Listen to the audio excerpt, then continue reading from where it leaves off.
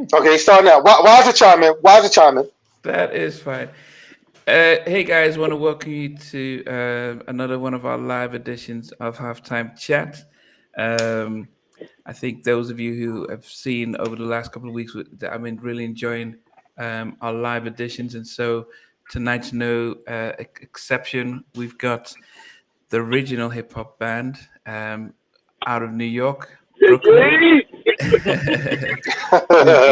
Stetsasonic with us today, and right now we've got Bobby Simmons, we got MC Delite, and we got Daddy-O. We should get Wise later on.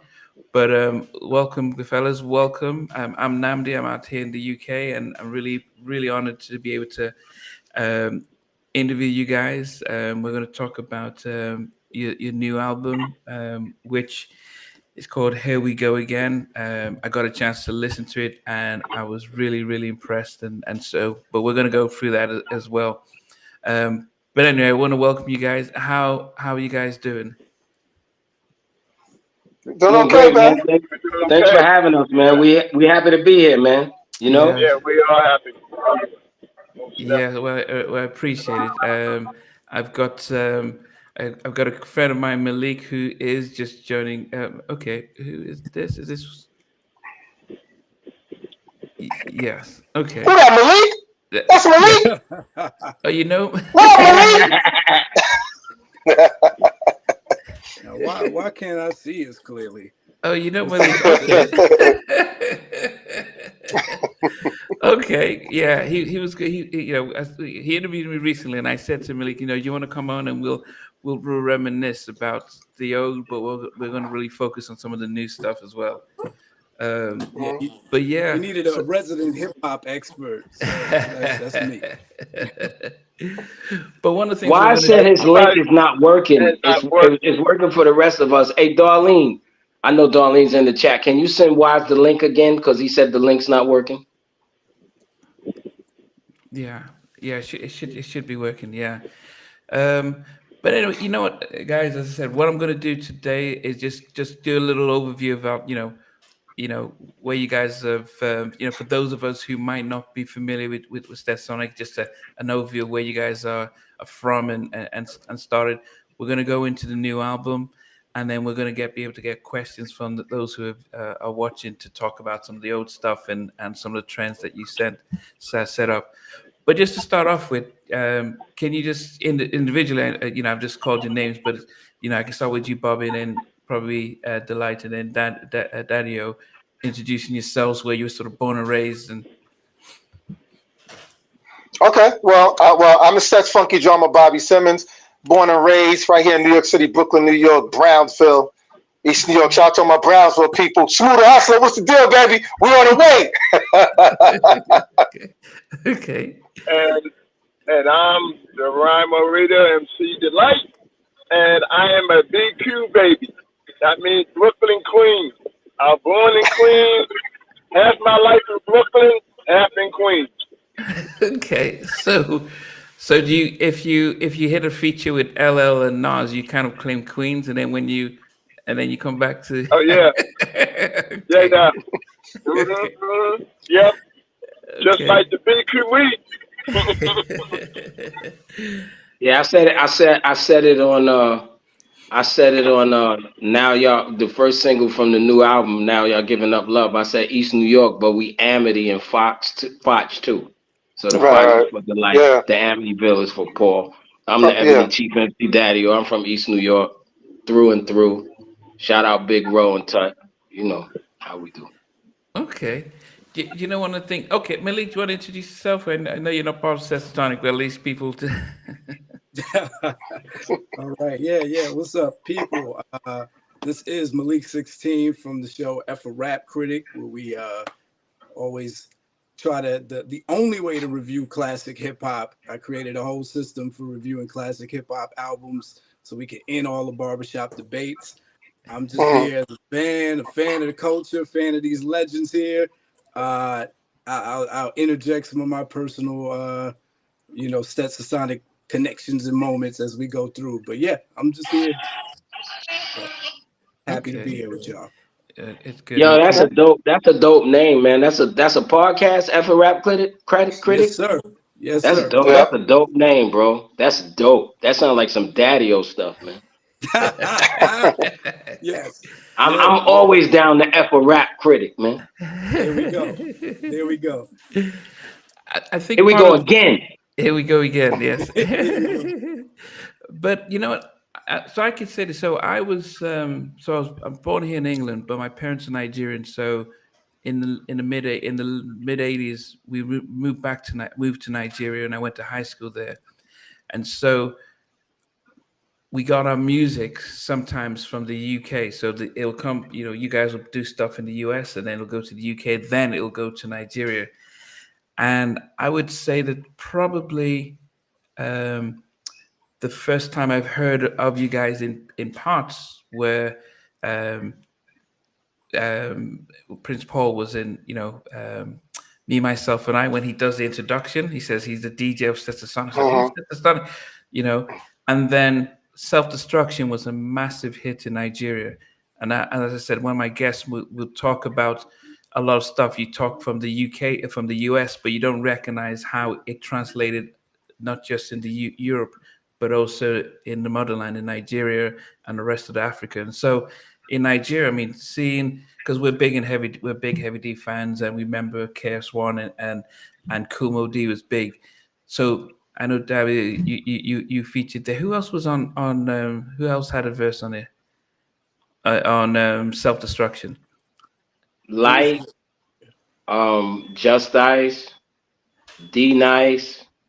Oh, no, Public Enemy is at the end. From your crew. Oh, we own more real estate on Self-Destruction than anybody else. Yeah. Yeah, if you was to time the record out, there's more Stetsasonic on that record than everybody else. Even though I guess second would probably be Boogie Down Productions, because we got D Nice and Chris. But four of us, is it four of us or three of us? Three of us are on that record. It's 3. Yeah, so the light starts off. No, four of us. It's four. Yeah, 4.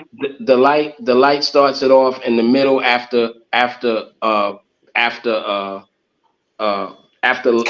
MC Light. After MC Light is me and Wise do a verse together, and then after that, after Heavy D, Fruitkwan does a verse. Okay.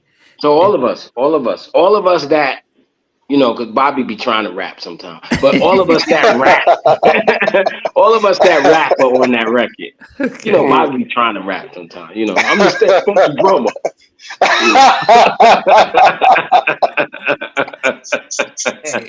Shout out to Prince Paul for my debut.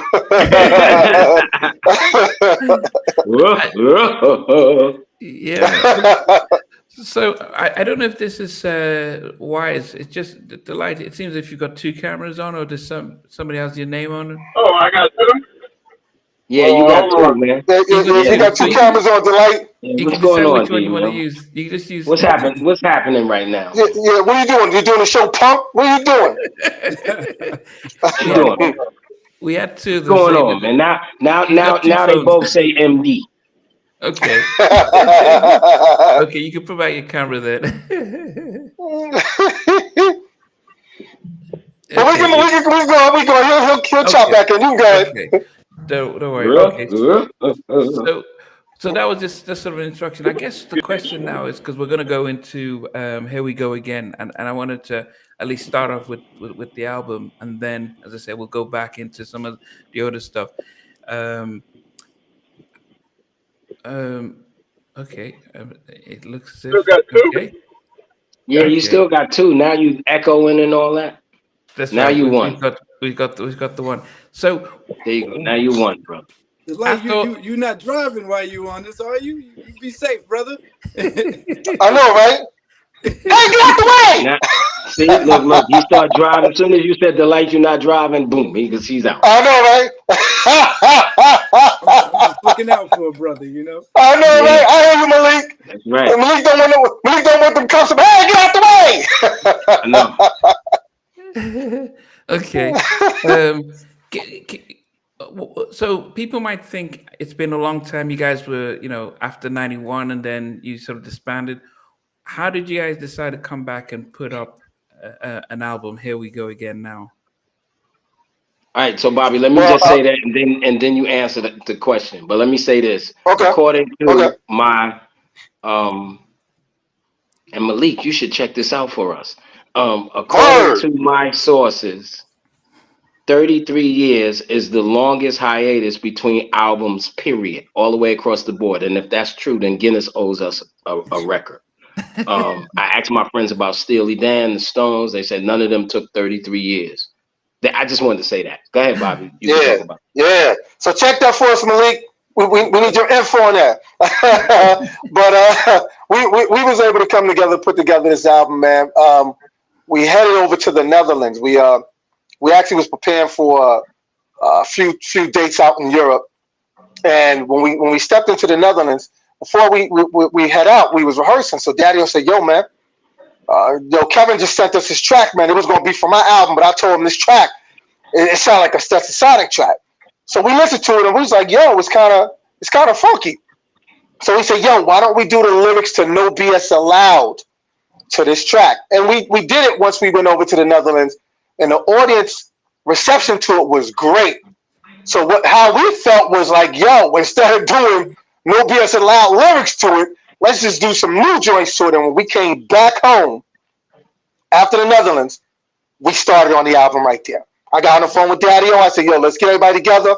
Let's get this album moving." And we started. And the first song we started was Now Y'all Giving Up Love. Okay. We've just got Wise. Yes, Wise and Delite. Look at that. They both got there. Wise and Delite. Delite drove over there to Wise. What's up, fellas? What's going on?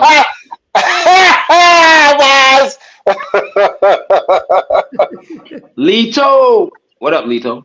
Yeah, I was trying to get it on my laptop, man, but I gotta use my phone because it wouldn't go through, man. Okay. That's what they make phones for, man. I don't like to use my phone, man, because it looks so tiny, man. Yeah, I'm using my laptop. I'm surprised that has happened. Yeah, I'm not surprised. Yeah. Hey, if I'm on 2 channels. No, you good now. You good now. You good now. Yeah, you good now, brother. Don't change nothing, man. Don't drive nothing. Stay where you at. Don't put your foot on the gas. Hold it.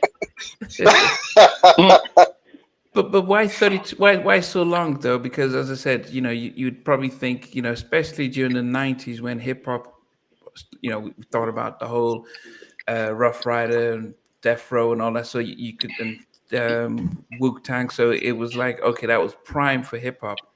Why then from 91, after you released Blood, Sweat, and No Tears, it's like we don't hear nothing. Even though you haven't officially disbanded anything, nothing comes in between that time to then. I mean, that seems like a massive, massive time. I think it is. I think part of it, a lot of it is the unsung. TV One just did an unsung on us. So the unsung answers a good amount of that, probably at least about 65-70% of that. I think in hindsight, there was a shift going on in hip hop, and this is just Daddy-O. The other guys could speak on this, so don't hold them to this. But I think that there was a shift in hip hop, and I do think that there was a figuring out, right? Like we did records. There's been stuff that's been released. We did some stuff on I forget what that unreleased thing was, but we did a couple of records here and there. People in your neighborhood. All during that time, we were messing around with records. We were messing around with ideas, but I think that there was at least the way I see it, there was some figuring out to do in terms of what ended up happening. You know what I mean? Like from my perspective, even the real reason that I stopped listening to New York rap in the 90s is New York rap had changed and everybody was tough guys. Everybody was shooting. Everybody was drug dealers. Everybody was all of that kind of stuff. And I almost feel like it's a blessing for us because, I mean, if we would have talked about any of that, we would have talked about robbing the drug dealers. But I mean, we wasn't no drug dealers. You know what I mean? We was way tougher than them. You know what I mean? So it's just an interesting concept. You know, like I said, we were just figuring it out. And I think to bring it full circle, I think listening to Here We Go Again talks about how we figured out the hip hop landscape. You know what I mean? As people, as men, as a band, like all of that. You know what I mean? That's what I think. You know what I mean? I don't think that there was any fear in making records, but I do think that there was that. And then, you know, and then real life kicked in. Real life kicked in for a lot of us. We were signed to a label. We weren't independent like E40 and them. You know what I mean? So, you know, a lot of what we did, I'm not saying it wasn't our fault, but a lot of what we did depended on what the label had done, because that's the way all of the 80s groups were. Hey, right? Us, yo, Houdini, Daddy, yo, you in everybody. the Matrix. Yeah. What happened? He said Daddy-O's in the Matrix. No, he's not. We see him fine. He's not in the Daddy, Matrix. yo, you're in the Yeah, Matrix. Delite, you the one frozen, brother. Delite, Frozen. you in the Matrix, yo. You like Frozen. What's that song from Frozen? You got little Yo, daughters. Delite, What's man. that song from Frozen? Look. Oh, you in the What's Matrix, that song from man. Frozen? Yeah. Yeah, whatever that song is. But Bobby, what you think? I mean, all of y'all, like, what y'all think? Like, what, you know what I'm saying? I think it's a great question. Like, the 90s is happening, hip hop is blowing up. You got your DMXs, your Punch, or whatever. Why is Stet not making records? Right? That's the question. Like, what's your answer to? Yeah, I mean, we have to. I told him he has to definitely. People who haven't seen the Unsung, you can watch it as on demand. You got to see the Unsung because it definitely tells. It deeps into everything that happened in between. But just to kind of give everybody a quick answer to it is that we all also branched out doing separate projects. We were really working on a lot of stuff. Of course, everybody know Prince Paul had his hands in a lot of projects. You know that Daddy-O was doing projects. I was out on the road touring as a drummer. We was all working. So, and at the time, Tommy Boy just wasn't trying to offer us more money to do a fourth album. Now, we were definitely prepared to do a fourth album, but Tommy Boy had different ideas for us. And the ideas that they had for us, it wasn't what any of us wanted to do. That including Daddy-O, Wise, Prince Paul, the plan that they had for us, none of us wanted that plan. We all work on our own projects. We didn't mind working with other people, but we wanted to work with people of our choices. But they had other plans for us. So we all kind of just said, you know what, we're just going to step back, and we stepped back. But we didn't stop performing. We continued to keep doing shows. Yeah, we never stopped performing. Yeah, we just didn't have no new music out, but we was out doing some shows. And I always say this to this day, man. The only time you saw Stetsasonic and Grave Diggers one time at Tramps in New York City, that's on YouTube. Y'all need to see that. Was the only time. God Bless the Dead Poetic, man. That was a dope show, man. Yes, that was a dope show. So we was always out performing. Yeah. But like Daddy-O said, we kind of had to fill things out while everybody was rolling. And real quick to tell you, we was also working with a lot of new acts that was out too as well. You know what I'm saying? So it wasn't like we was lost in the source. We were working with the Smith & Wessons and the Smooth, the Hustlers, and all those cats. So, you know, people read the credits on the records, you see like, oh, I didn't know Daddy-O was behind Junior Mafia, or he was behind. Nobody knew that because nobody was reading the credits because Puffy was too busy in videos talking about take that. You know, he's too busy taking that.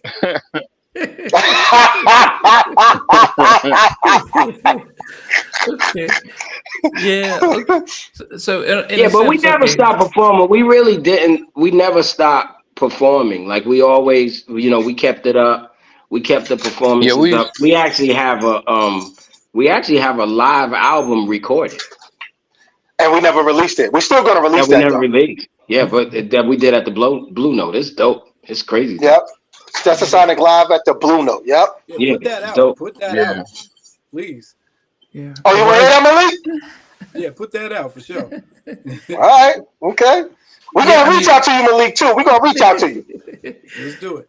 Yeah. So why so yourself though? Because you didn't get to really introduce yourself. Are you also from Brooklyn, Wise? Yeah. I'm originally from Brooklyn. I'm living in Virginia right now, you know, but I'm originally from Brooklyn though. Okay. Lito Okay. Brigante. Yeah. Lito. You know, but like the guys were saying, piggyback off of them and stuff, you know. Even though we weren't making records, we was still performing, we were still doing shows here and there and stuff like that. And then later on is when, you know, we decided that, you know, it's time to make something new, even though it's decades later. You know what I'm 33 saying? years. I mean, 33 years. yeah, you know, and the thing about it is that I had a chance to improve my craft as an MC. So if you listen to the Here We Go Again album, you go see, you know, that I got a whole lot better and stuff. And the guys are definitely vouch for me and stuff. And the thing about it is that, you know, I was about to branch off from the human beatbox into rapping anyway and stuff, you know, because the thing, you know, the human beatbox, to me, this is my opinion, you know, to me started fading away, you know what I'm saying? And, you know, I needed to get better at something else and stuff, you know, if I wanted to, you know, if I wanted to shine and stuff. So as a rapper, you know, my new rapper name is Lito Brigante, you know, just to put that out there and stuff.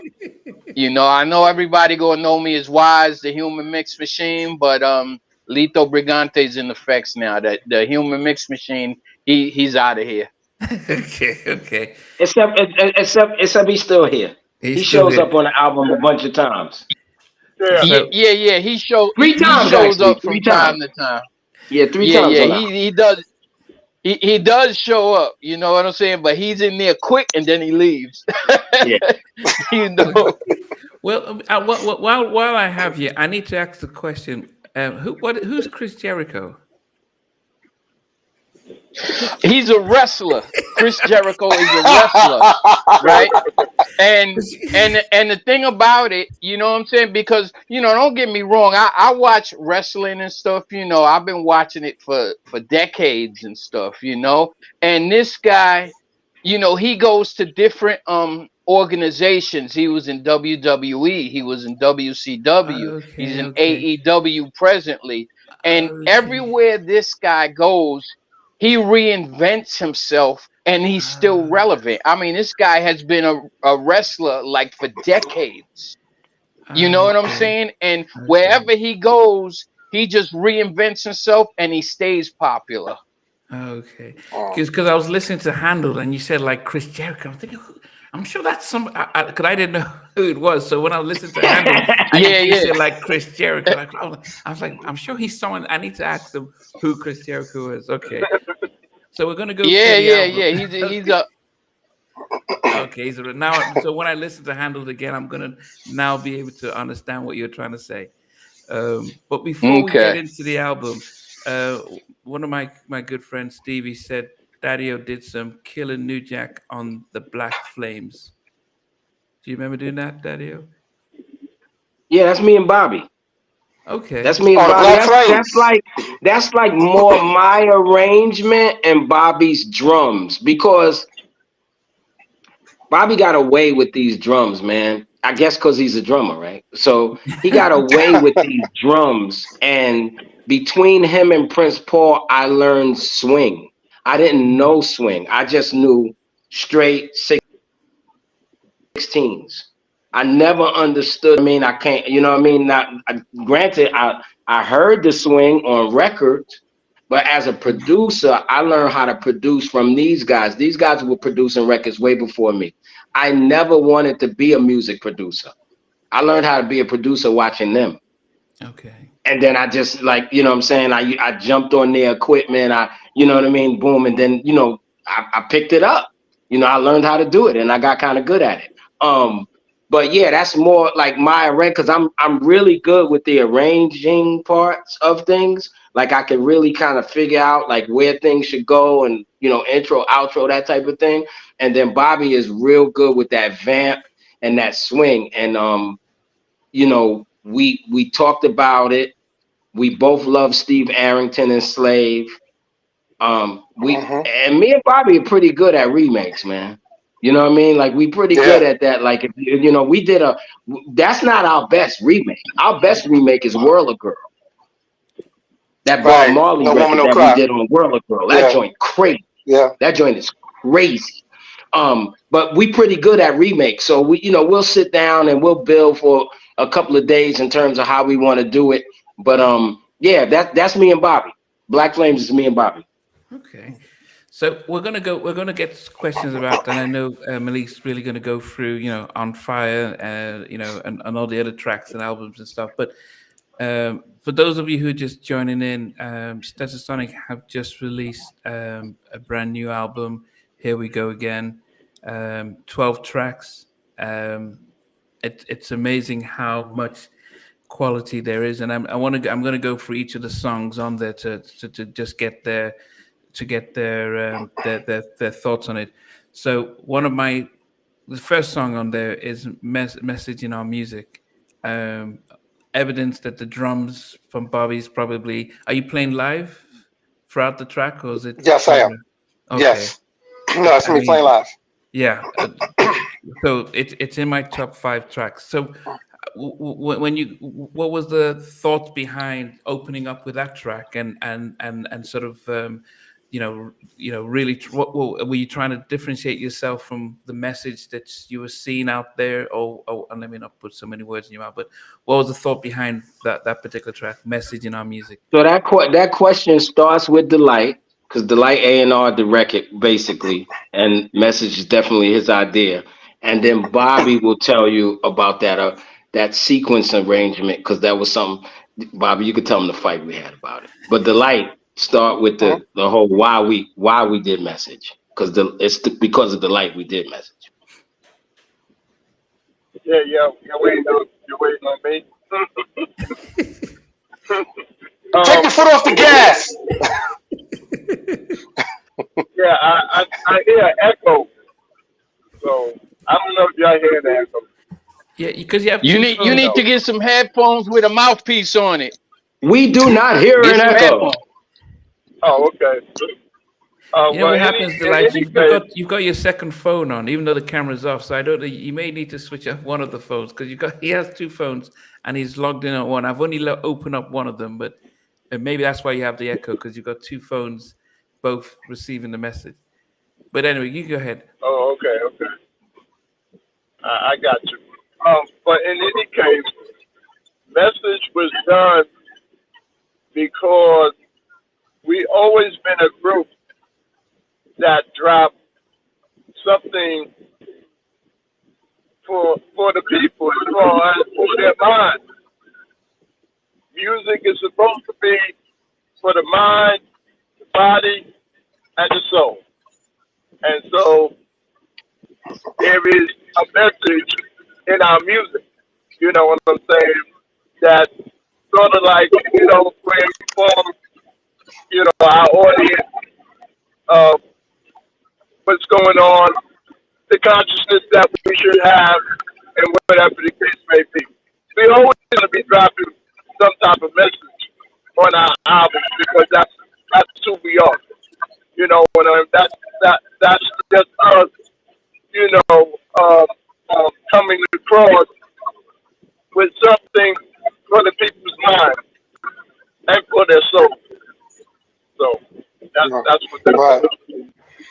And you know, just to jump on that real quick, I remember me and Delite, we used to talk on the phone a lot then when we was working on the album. I said, Delite, man, we need to make sure that when we do this, we got to make sure that everybody says something that's going to make people see what the future is. And real quick, before we go into that, I remember your daddy, I know you remember this conversation because we laughed about this the other day. And when we came back from the Netherlands, I said, yo, daddy, we need to do a record called, and this is from one of the lyrics of the Info Gear album. I said, we need to do a song called, in 2019, we need to do a record called The Buttonless Press everybody start to panic. Yep, And I remember that. And behold, in 2020, it exactly happened. COVID happened. People, and I said, yo, D, it would have been crazy if we did a record with that title because it would have made people saying, yo, what Stetsasonic is on and what they know. So when we did Messages in Our Music, I said, yo, Delite, it's important for us to keep reminding people that we're still conscious and we're still aware of what's going on around us in our surroundings, whether it's music or whether it's our living conditions. And but I work with C-Doc on he was actually one of the producers that produced the record with us. When I was arranging it with him, I said, yo, we need to put them at the top, or speak at the top so that people know that we starting this off serious. And of course, we need to make sure that the drums and scratches make people understand this is hip hop. Me and Daddy will keep saying, you can't say you're doing hip hop without scratches. Where's the DJ? Always. Always. Whenever you're doing a hip hop record, your breakdown should always be in there. Me and Daddy will talk about that all the time. How come cats don't do breakdowns in any records no more? We stole so much from James Brown, we should be able to create our own breakdowns. So it was important for that record to sound the way it sounded and move the way it moved. But not making it sound too old school, very keeping it current. Yeah. But let them know that this is still hip hop. And I had a big fight with Bobby Simmons and our manager Courtney Benson. Shout out to Benson Management, because they constantly was on this. What, we going back 4 months, maybe 3 months, at least 3 months ago. They was on me about Message opening up the album, and I was like, no. I wanted to open up the album with a street record. You know what I mean? I wanted to definitely go with like some real hard street. I probably would have opened it with like Handled or Cipher or something like that. Cause you know what I'm saying, my whole acumen, the way I feel is like, I feel like Message in Our Music is an incredible song. I want to close. I've been saying this for years. I want to close. I'm saying years, a couple of, year and a half. I want to close the album out with Message. Like, I want that to be the last record before the new album, before the next album. And I think Message, no disrespect to the rest of the album, but I think Message is the most classic Stet record on that album. Like, that's more, to me, that record sounds more what I was, if I was a Talkin All That Jazz fan or On Fire fan, whatever, that record sounds like the classic Stetsasonic record, right? Which to me is what we supposed to be doing anyway, right? So I'm like, yo, I just want to show that I could, you know what I mean? Like Wise Rhyme on Handle. Like, I want to show that. You know what I'm saying? I want to show, like, you know what I'm saying? Like, we going there, but they were right. You know what I'm saying? I'm wrong a lot. I love being wrong. I'm wrong a lot. And they were totally right, because when we finally spoke to, because we got a couple of friends and Malik about to be in that group that we send stuff too early. You know what I mean? That we get opinions from. And when I sent it to them people was like, D, this is spot on. I'm like, oh. You know what I'm saying? I'm like, yo, they was right. You know what I mean? But then when I listened to the sequence, I was like, yeah, this works. You know what I mean? Because the one thing I do enjoy about this record is, the acumen from the fellas, and that's everybody involved, right? To not make filler music, right? And so, like I tell people all the time, well, I tell my friends all the time, I said, man, I got 5 videos left, right? Like, I got 5 videos left. And I don't know if this will be Cipher is being worked on now. It's already shot already. And I got 5 left. And 6 if I decide to do People in the Neighborhood. You know what I mean? Which is a thought. You know what I mean? No, but we're gonna go through all the other tracks. So. Yeah, I love that. Yeah. But go ahead. I'm sorry, sir. Yeah. No, I mean, Malik, you've listened to Message in your music, and as I said, it for me just. So I'm not a hip hop head, I'm an R&B guy. I'm actually a new jack swing person. And So do you like Here We Go Again then? Since you're an R&B head, you like Here We Go Again? no, I've got my 5 tracks, so don't worry. What I'm trying to Okay, go say ahead, go ahead. I'm is, sorry. Okay. yeah. So what I was Okay. trying to say is that so the reason why Heavy D is my favorite MC was because it was easy for me to, because I wasn't born in the States. So so if it's so sometimes he rapped in a way I could understand what he was saying. And what I liked about this album, but I'm starting with message in our music, is I could understand word for word what was being said. Most hip hop I can't understand, so it is just like I'm listening to a beat and a flow, and it's like, yeah, okay, the beat's nice. I don't understand what they're saying. Public Enemy, KRS-One, you can hear what they're saying, and so for me, that's how I can appreciate hip hop. When I can understand what they're saying, I like the beat and I like the flow.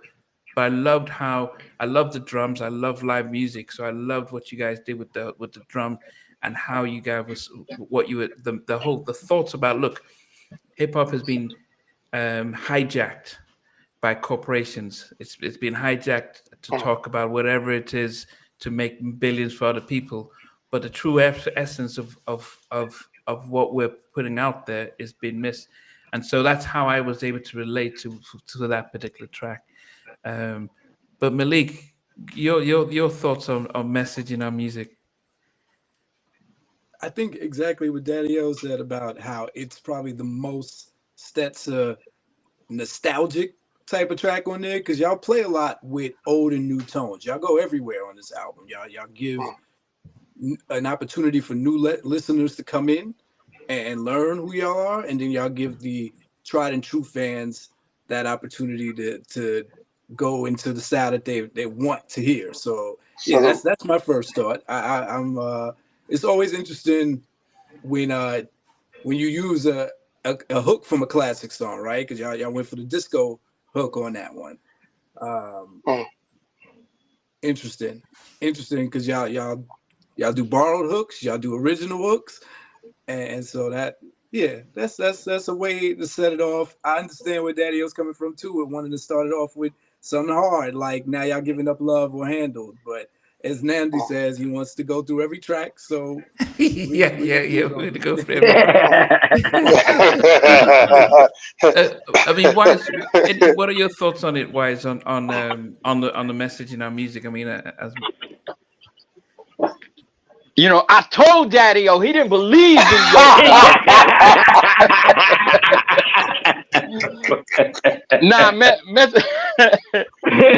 messaging the music to start the album. Yeah, it was a pretty good choice to start it off with that and stuff, because we'll start off with something like like messaging our music, and then afterwards we start playing around with everything else. We start getting into what some people didn't expect for us to do. You know what I'm saying? Because I mean, I'm sure that even with me rapping more, I don't think that a lot of people was expecting that and stuff, especially like I said, I've developed, I'm a whole lot better. So I don't think people would expect me to be Brigante 1.0, and I'm not trying to be a Fruitkwan 2.0. You know what I'm saying? Just putting it like that. I'm just falling into my spot where I should have been in the first place. You know what I'm saying? Wise, you was rapping a fair amount on the album before. Why you keep you stepped into that light? Exactly. Yeah, I mean, I was, what I'm saying? I was definitely falling like into my spot where I should have been in the first place and stuff. You know what I'm saying? It's that with this new album right here, because it took time for me, to develop in the game and stuff. And the thing about it, listening to other people, that helped a whole lot. And I gotta be honest, the way that, to me, and this is me, Big Daddy Kane is like one of my favorite rappers. And when this guy came out with his punchlines and stuff, that's what drew me in even more as an MC, is just coming up with punchline after punchline and stuff, and you know what I'm saying? Because I feel like he's one of the most incredible dudes when it comes to punchlines and stuff. So I'm like, you know what? I said that's where I need to go right there. Well, I want to let you know it shows, brother. It shows you hanging with the best of them. Thanks a lot, man. Thanks a lot. Okay, we're gonna go to seat number 2, and now you're giving up love. But before that, are people going to be able to get vinyls and CDs, or is it just digital? What's the CDs plan? are available now. See, hold on. As we wait for Daddy-O to come back.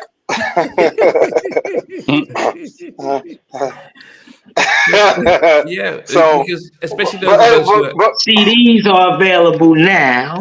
okay. All right, and then you could get it from our Bandcamp, or the Spit Slam site, or Stetsasonic.com, all three, and then vinyls? the vinyl's on its way, the vinyl and the cassette. So we did all 4 forms. We did digital, CD. The CD actually has a solo record from Wise on here, and an outro that's phenomenal on here. And then on the cassette, there's a solo Daddy-O record on that.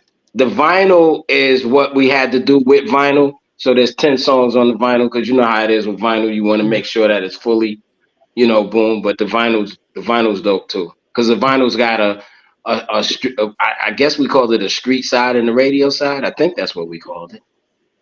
So you know what I'm saying. So that's kind of fly. But yeah, the vinyl's on the way. I mean, a lot of people. We made sure. When I talked to Spit Slam about, because that's our distributor. When I talked to Spit Slam about it, I made sure that we would definitely have vinyl, because a lot of people, even when we was advertising that we got an album coming out, it always comes back. Will it be available on vinyl? Will it be available on vinyl? Yeah. You know what I mean? So yeah, we definitely doing that. But yeah, the CDs available now. Digital's available now. Cassette and vinyl on the way. Okay. Now you're all giving up love. So what was the thought and the story around that track? Daddy-O put that together, and he did a good job too. I think now y'all giving up love is self-explanatory. Like, what I thought about was what they think about us, right? And so part of it is almost get back. You know what I mean? And I don't want to sound egotistical about it, because it's not really that. But, rappers have the tendency to be egotistical.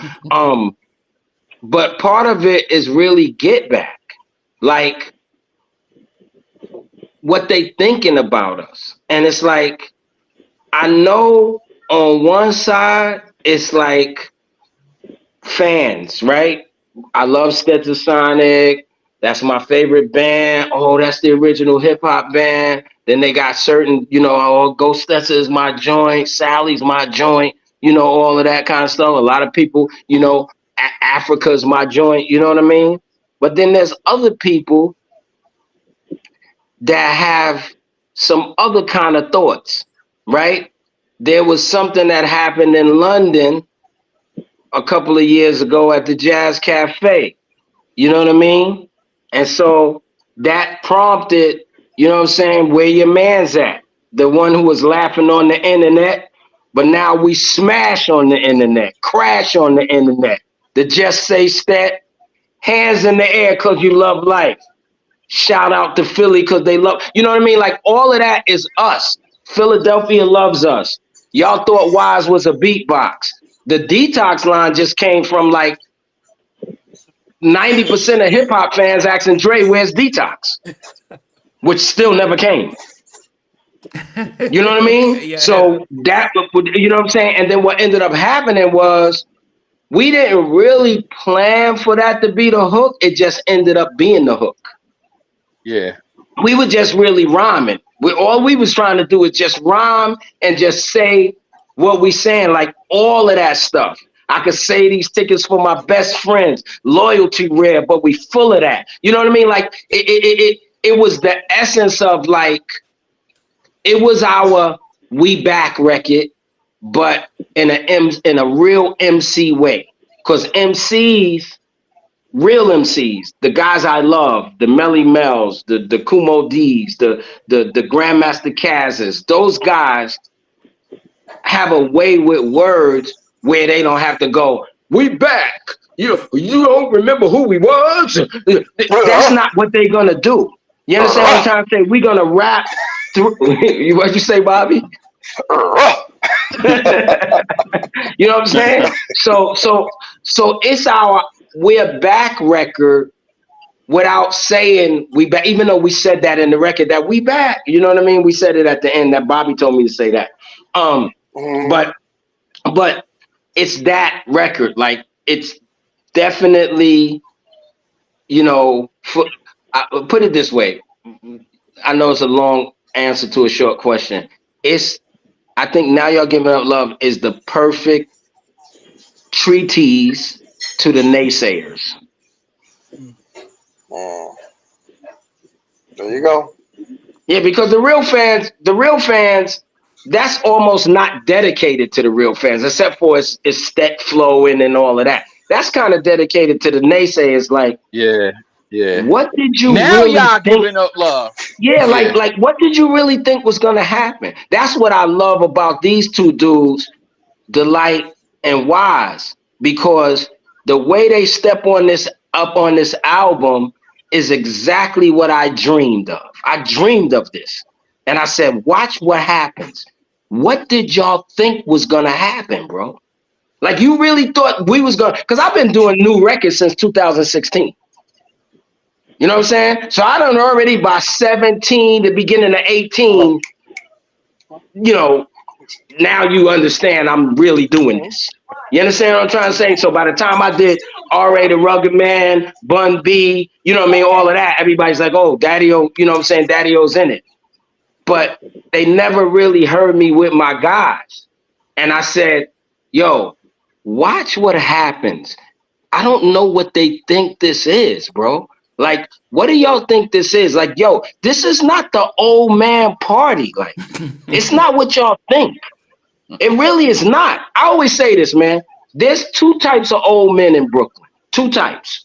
One, he drunk all the time, and all the young kids, he drunk, whatever, and all the young kids send him in the store because they not old enough to buy liquor and all of that. So he go in the store like he basically they son, be an old man, but he messed up. So he following them. And then there's another old man that when they laughing, when you walk down the block, they stop laughing. Because they know that we can make one phone call and your block will disappear. And that's who we are.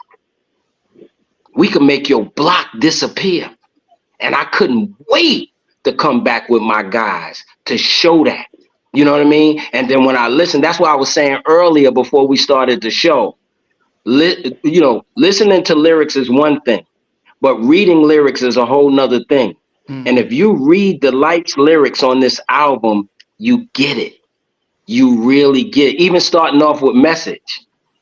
You know what I'm saying? Because I never forget when he did Message, man, Wise called me and said, yo, man. Yeah. Delite went in. Then I talked to my man Harry that knows us from like long time ago. He said, yo, my favorite line on that album is Tonight I'ma Touch My Inner Marvin. You know what I mean? Like, what did y'all think was gonna happen? That's my whole thing. Like, that's Now Y'all Giving Up Love. What did y'all think was gonna happen?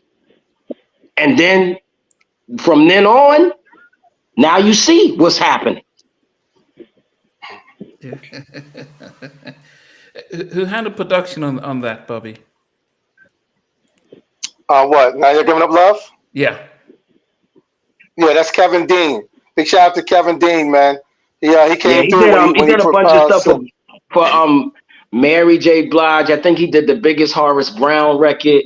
He's really Kevin, really an R&B producer, but he makes some crazy hip hop for Stet because he got 2 records on the Stet album. Mm-hmm. Okay, which other one did he do? Live drumming over that sample. Lolita. He did Lolita. Okay. That's why Delite says, "Where we at, D?" And I go Dean Street. The incomparable Dean Street, because that's what he calls himself, Dean Street. So that's why Delite says, "Where we at, D?" He's shouting out Kevin Dean. Okay. Malik, thoughts? Yeah, that live drumming over that sample on Now Y'all Giving Up Love, chef's kiss. Chef's kiss. Perfect combination. Yeah. I mean, I put down drums as well. As I said, I'm a massive live. I don't go to a lot of R&B concerts anymore because it's all backing tracks. I'm more of a live band, so that's tough. Hearing the drum. Not us. As Not I us. said, I think people forget what live instruments were meant to do and how it really gets the crowd. So so I love the fact that you can really feel the drums through that. We can go to Cipher. So who was the young lady who starts it off? Marla Raines. Yeah, Marla Raines. Yeah. Marla's actually Malik. You probably would know if you follow the Source magazine. She was one of the Source. I think she was. I can't remember what number she was rated, but one of the top Cipher battle rappers. Wow. I can't remember what year it was, but she was one of the top Cipher rappers, and the Source magazine gave her like 5, 6, 7, 6 stars or something like that. So she's definitely one not to play with. And she can get in the trenches with the guys. So Marla Raines, she's good. Chick, cut the check. Yep.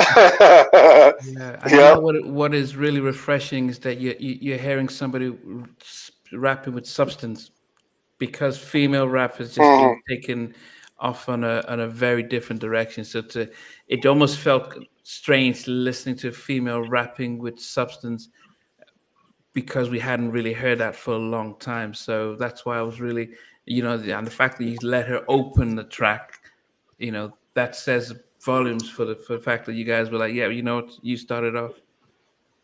Yeah. Can I tell a quick 1 minute story, D? Can I tell y'all something? Go for it.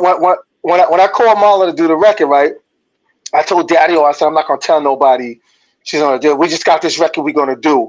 But I told Marla, I said, yo, Marla got the assignment. I said, yo, D, we're gonna do a record called Cipher. We ain't gonna have no hook on this record.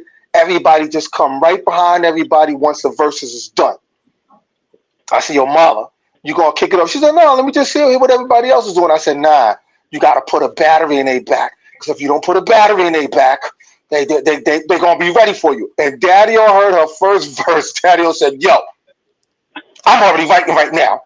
As soon as Wives heard it, Wives said, yo, I'm already writing. Everybody was ready, and that was the whole point. The whole point was that we want everybody to know that we're on our toes. My cats, and I brag about my guys now, even on interviews. We did interviews recently. I tell people, my guys is ready. I don't care who comes through that door. My guys is ready for anything. You know what I'm saying? But having Marla open up the track was perfect for us because it gave people an opportunity to go. And D, what do people say when you play for them? Oh, I mean, what I like. Who is that? Like, that's exactly. The first thing. Like, that's who the first is thing that? they say. Yeah, because the bottom line is that, I mean, I don't use the term old school, and I loved hearing Malik say classic hip hop because that's the terminology I use all the time. I'm not trying to be disrespectful because anybody knows Daddy-O, I love the young guys. I'm a Key Glock fan. It's a whole bunch of them guys, them young guys. I've been bumping 21 Savage way before he did records with Drake. Like, so it's not like I don't like the young guys. Love Kodak. So it's not like that. But I understand what they are as well. You know what I mean? But classic hip hop, it took me a long time to come to the terms, because I don't like to say this all the time. We're actually better, right? And I think it took me a long time to say that because I didn't have the argument, but I actually have the argument now, right? And so Wise mentioned Kane. I could mention Rakim. I could mention Chris, but I can mention a whole bunch of other people. I can mention that 2 years ago I went up to special ed and I apologized. He said, what you apologizing for, Daddy-O? I said, because you a lyricist and I never noticed it. I never noticed that you was a lyricist. I'm so caught up in I Got It Made that I didn't understand that you was the whole album. You was flipping words. You know what I mean? Uh-huh.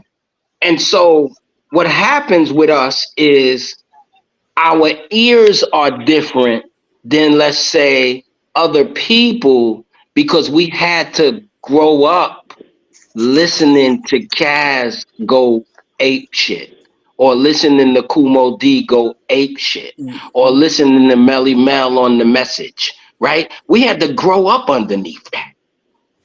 Kane doing Raw, right? Rakim, what is Lyrics of Fury? What is that? Like, what is that, bro? So we had to grow up underneath that. So when it comes down to collaboration, right, it's gotta, I hate to say it, but it's gotta kind of pass a certain litmus test.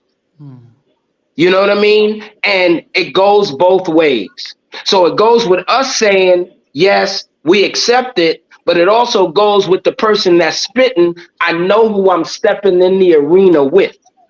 Uh-huh.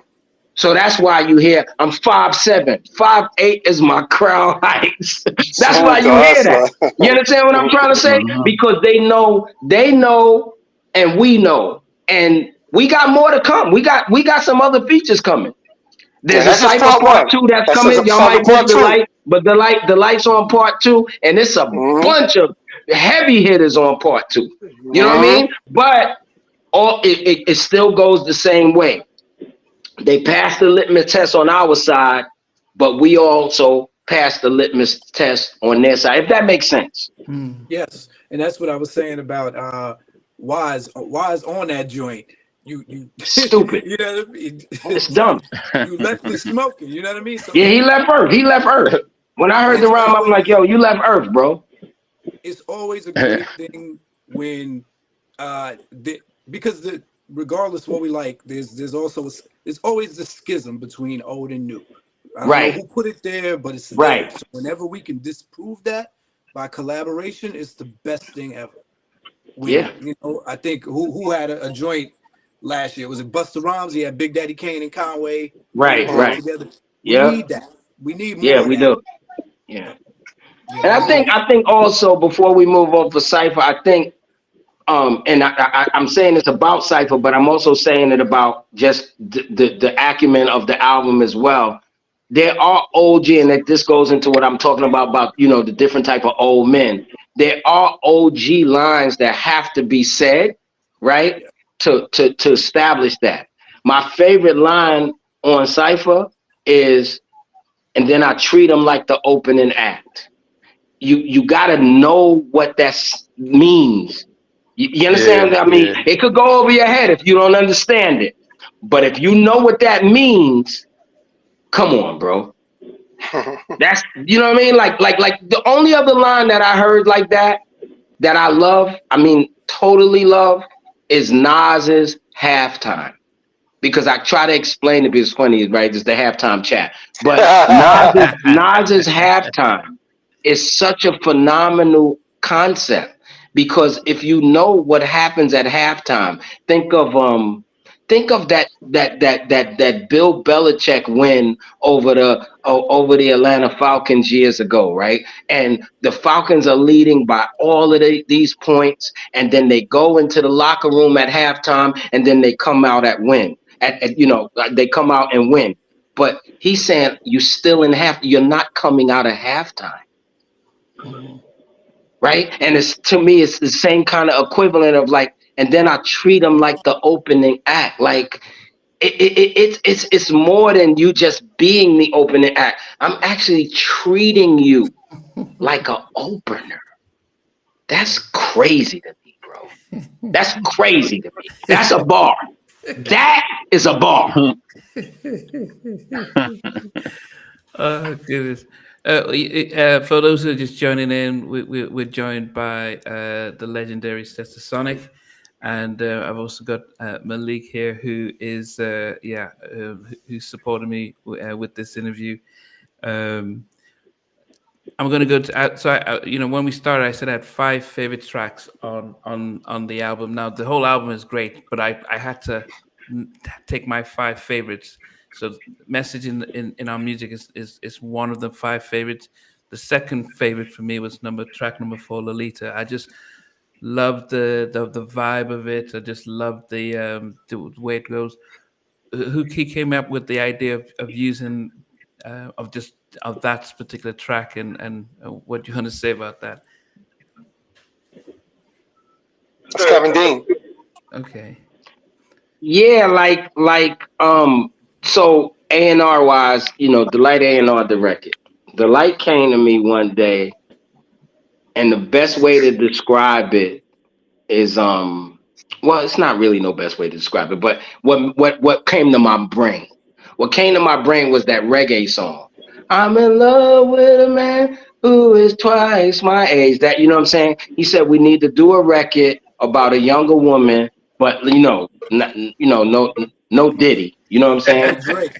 You know what I'm saying? No, none of that pedophilia stuff. But we need to do a record about that. And so Kevin got records coming on the next album. Kevin, he laced us with a nice little beat pack, right?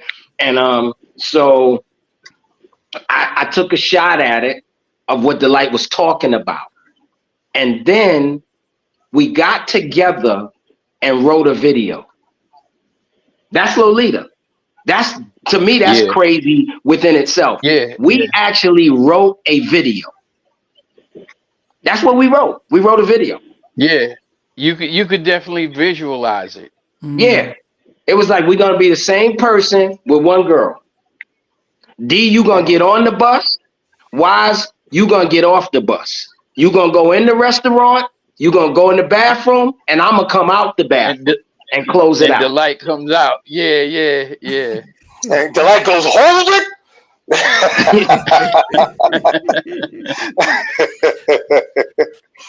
She's so fine. But that's what I was saying at the top of it, is that I, as not being a hip hop head myself, being able to listen to a song that I could hear, relate, and visualize, and really feel as if, okay, I know what they're saying, and I can really relate to it. And I think that's, as I said, there may be people who are really into hip hop who would say, no, the beats aren't strong, or the lyrics are not great. And I'm like, well, there's a generation of people like myself who really, as I said, it's in my top 5 on that.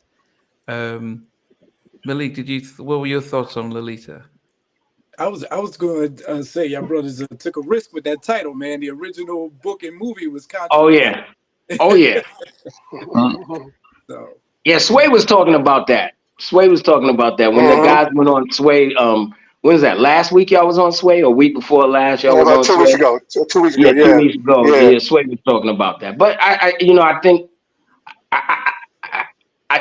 I did it for the, but you got to play some of the Hollywood games, right? It's not Hollyweird games. You got to play some of the Hollyweird games, right? So it's definitely a eye catcher. You know what I'm saying? Whatever, kind of going with it. But then when you hear it, it's so funny, because it's funny what you're saying about hearing lyrics and understanding lyrics, because it was funny. The guys were on Sway, and then I forgot who said it, but somebody was like, "How old is she?" And Sway said, Press Paul. Press Paul was Sway said it because Sway was listening to the record. You know what I'm saying? So he said, Daddy-o said how old she is. You know what I mean? So, you know what I mean? It was, so yeah, we took that chance on purpose, but, you know what I'm saying? When you hear it lyrically, you could, boom. But shoot, she probably is Lolita to me, my old ass. You know what I mean? Delite, you was about to say something? The thing about it, the record itself, it's about relationship between older man and the younger woman. But what makes this record so unique is that each verse, right, goes into the experience with this one woman, but it applies, but each rhyme represents each one of us. So Daddy-o is represented by the first second, and third rhyme. Wise is represented by the first, second, and third rhyme, and so am I. Right? So you have all of us. You have one song that represents all of us with this one type of woman. That's all it is. Yeah. And that's why it comes out like a video. Because each verse is a continuation of the relationship with the same woman. Wow. Dope. Yeah. When y'all do a video, just put a little disclaimer, man. With all these Oh yeah. all these You're Drake right. and Diddy claims out. Thank you. Thanks, Malik, because we will do that. I told you part of the team now, so don't. You part of the team now, brother. It's like the storyline is from verse to verse. There is no difference. It's one storyline, and it can represent each one of us. That's what it is. Don't worry about that. Like, you gotta keep explaining. You ain't going to jail. They ain't coming to raid your house. You're all right. You're right. Yeah, it's my top 5. We moved to handled, and was there beef with Rex and Effects? There was a. I don't know if you guys remember the B-side to Susie. So you got to be an old vinyl head. You got to be an old vinyl head to know. So, on the B-side to Susie is a record. I'm sure it's searchable on YouTube, some kind of way, form, or fashion. Yeah. Called Anytime, Any Place. And so Anytime, Any Place was dedicated to Rex and Effect and this is what happens when you make a mistake and step on somebody's toe. From a mistake, because me and Akil are really good friends right now. Right? But he said on one of his records, Stets is the runner-up. And by the way, the new guy, he sucks. We thought he was talking about Wise, and we tore into that ass. That makes sense. And Anytime, Any Place might be the hardest Stet record. Besides for Peace is hard too. But Anytime, Any Place might be the hardest Stet record ever. That makes sense. There's a track on Blood, Sweat, No Tears where you diss New Jack Swing completely. You say something about hip hop house and hip hop garbage and New Jack Swing. Hip house garbage and a New Jack Swing. Yeah. So yeah, I mean, so for a minute it felt like a beef, and then once me and Akil got together, which I'm glad, because they 137th Street niggas and they really not to be played with. They ran with Lil Scott and all of them. That would have been a real fight. Harlem. Yeah, that would have been a real fight. I'm talking about on some street shit, like that would have been, you know what I mean? But yeah, once I met with Akil and his brother, you know what I'm saying, we squared it away. And but when I did the hook, I just wanted to talk about like all of this again. It kind of goes back into some of the ideology that I had with Now Y'all Giving Up Love. I wanted to go back to some of that stuff that seems to be questionable. You know what I mean? So I hit all of that. I hit the No Fruitkwan, what's next? You know, if you worried about the DBC, that Tommy Boy still around, I hit all of that. You know what I mean? On purpose. You know what I mean? But Rex and Effect was part of that because, you know what I mean, that was a little potential war, but it got ironed out. So can we get to that? Because I know it was probably explained in the unsung, but for those who didn't catch it, what happened? Where's the split with Fruitkwan and DBC come into play? Well, DBC. Go ahead, Wise. Go ahead. In reference to Fruitkwan, you know what I'm saying? Because the thing about it, when he left the group, you know, the first time, and you know, and I give it to him, you know, he had his reason and stuff like that. But you know, when we got back together to do shows and stuff, you know what I'm saying? It was about professionalism, and that's something that he lacked once he got back with the group. Professionalism. You know what I'm saying? That the way we handle our business and stuff, you know, even though we're family, you know what I'm saying? We're family. Daddy owes my family, Bobby, Delite, you know what I'm saying? Paul, you know, we're family. But when it comes to taking care of business, I mean, let's take care of business and put the family thing to the side. You know what I'm saying? And that was the thing with Fruitkwan, you know. He let, you know, personal things, personal feelings get involved, despite that I thought things were squashed between all of us. You understand what I'm saying? I thought that everything was cool. I thought we were cool and everything. And you know what I'm saying? And he just, you know, his professionalism just went out the window. And we can't tolerate that. We can't tolerate, you know, because this is a business and we need to handle it like a business. Handle. Gotcha. And then DBC? Well, DBC, the last phone call I had with DBC was back in 2016. And DB just kind of felt like, you know, things wasn't going right for him in the band. He felt like his ideas or his ideas and his producing skills wasn't being respected. He wanted more of the recognition, or he felt like he wasn't getting more of the recognition. I told him, I said, yo, listen, man, it was at the time we was going to do this show. We was going to do the Folk Festival with Nile Rodgers and Earth, Wind and Fire. And I said, yo, DB, let's just do this.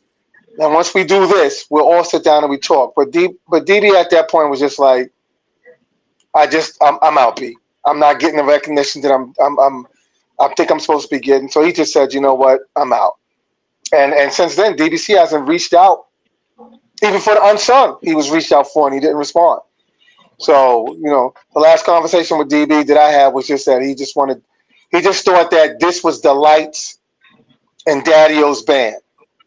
And he felt like his ideas and his plans and his producing credibility was being overlooked. And that was pretty much the end of DBC. But as far as Fruitkwan is concerned, I pray for the brother, man. But we're moving forward. I always tell the guys, man, I'm at the point where I'm not giving no more energy to that. People keep asking, if you didn't see him on the Blood, Sweat, No Tears album, and you don't see him on this album, why are you still asking me? Yeah, there you go. You know, there's That's something it. that. We got new. I'm sorry. Go ahead. No, go ahead, Bobby. And once you finish, I'll I was just gonna end it up by saying we got new energy going on here now, and you see where we at right now. You heard Cipher, right? hey, I will say, y'all brought it up though. Y'all brought it up on the song. That's why it has to be asked. Yeah. No, that's cool. No, I'm not saying that we're not gonna, because people are gonna ask, but I'm just saying for people sometimes they'll just say it out and split, and it's like, listen, you know what? We've done a lot of interviews where it's been explained. They're gonna watch this show. We're gonna explain it again, and they're gonna still ask. But I'm not giving that energy no more. We're moving forward. This next album, we just moving forward. I feel Yeah, no doubt.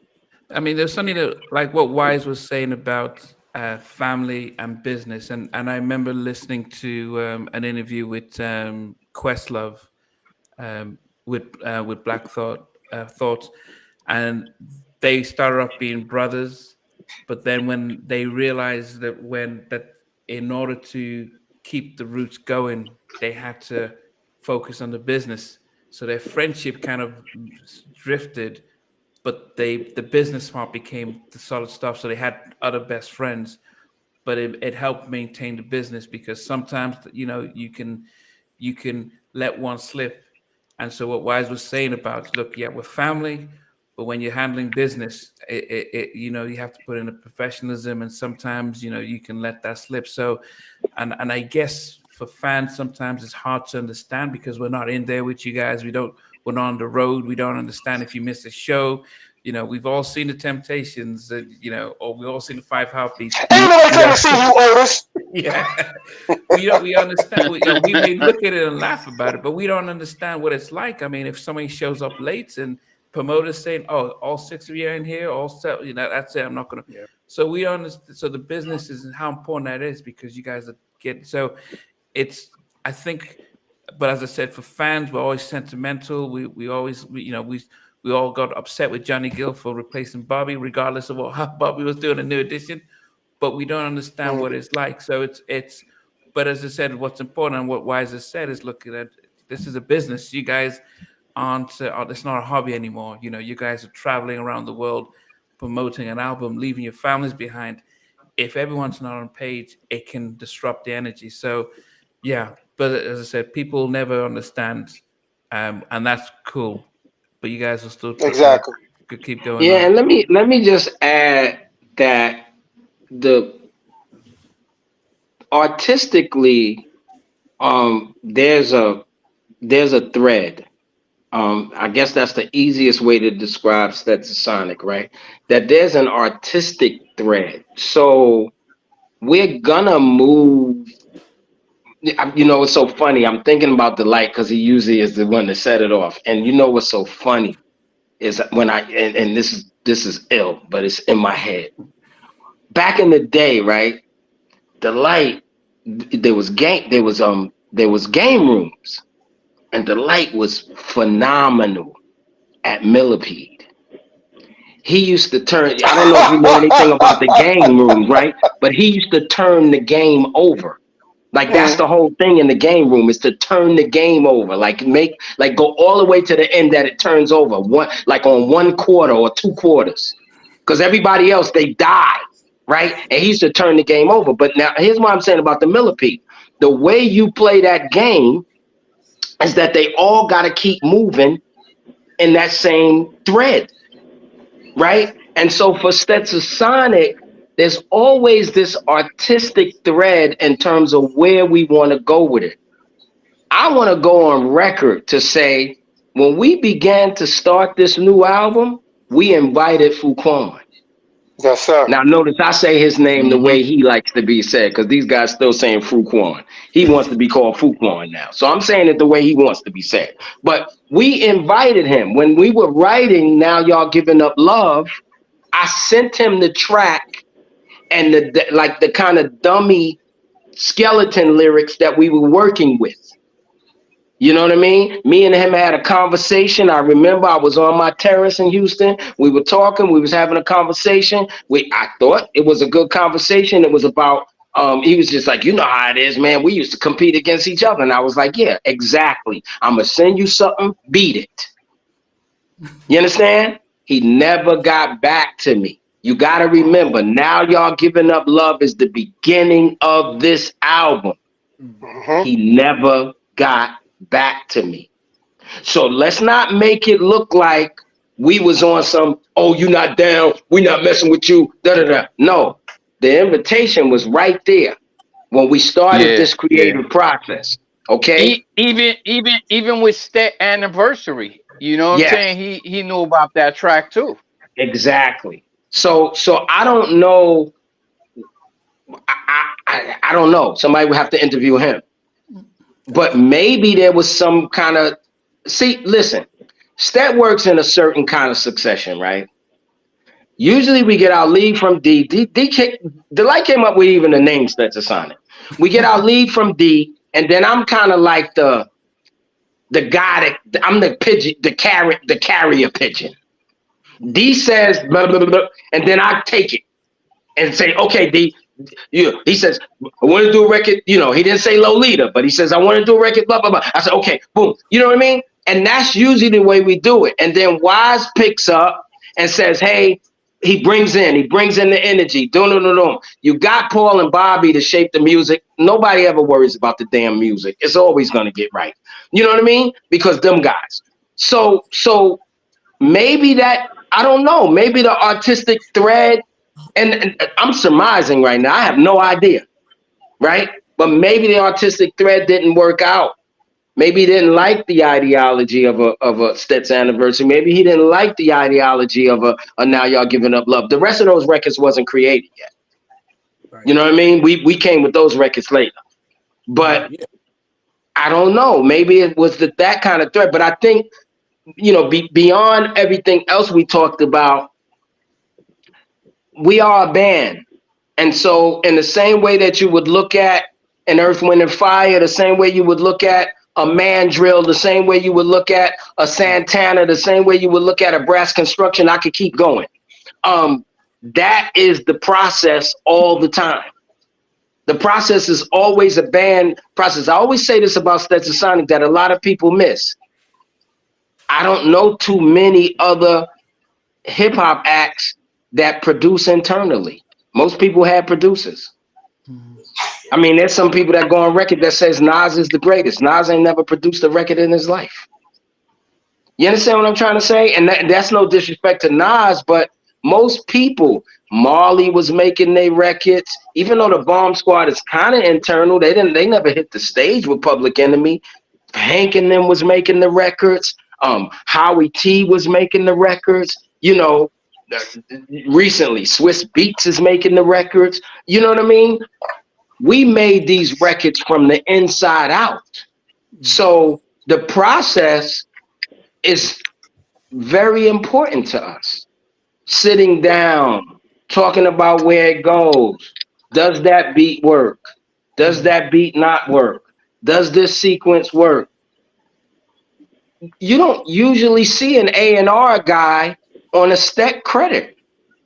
There was A&R people at Tommy Boy. There wasn't our A&R, you know what I'm saying? But there was A&R people at Tommy Boy. But there was enough of us, in full volume, is 7 of us. You know what I mean? And out of that 7, 3 are musicians, for real. Now the rest of us can say we got in there and became musicians, but these guys are musicians playing music, all of that kind of stuff. So there's an artistic thread, right? That's why I mentioned the Miller P thing and all of that. There's an artistic thread, and that could possibly be, I'm surmising, but that could possibly be, maybe that artistic thread, wasn't followed. You know what I mean? But that's who we're gonna always be. I mean, we're working on the next album as we speak, and it's a thread to it. Well, It's just how we get down. Y'all gave 3 different answers to the same question, and the people needed that. The people watching this right now, that I couldn't ask for a better reply to that. 3 different answers to the same question. It all leads to the same thing. Stet keeping it moving. Yeah. Yep. Yeah. So let's. As I said, just for those that we're going through the new single on Here We Go Again, track number 6, Stet Dreams Come True.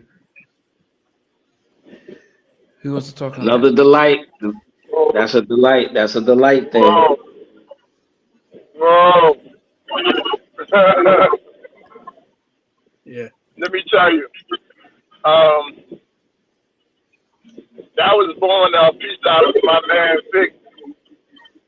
Big Law music, and what happened is that it is an Afrobeat,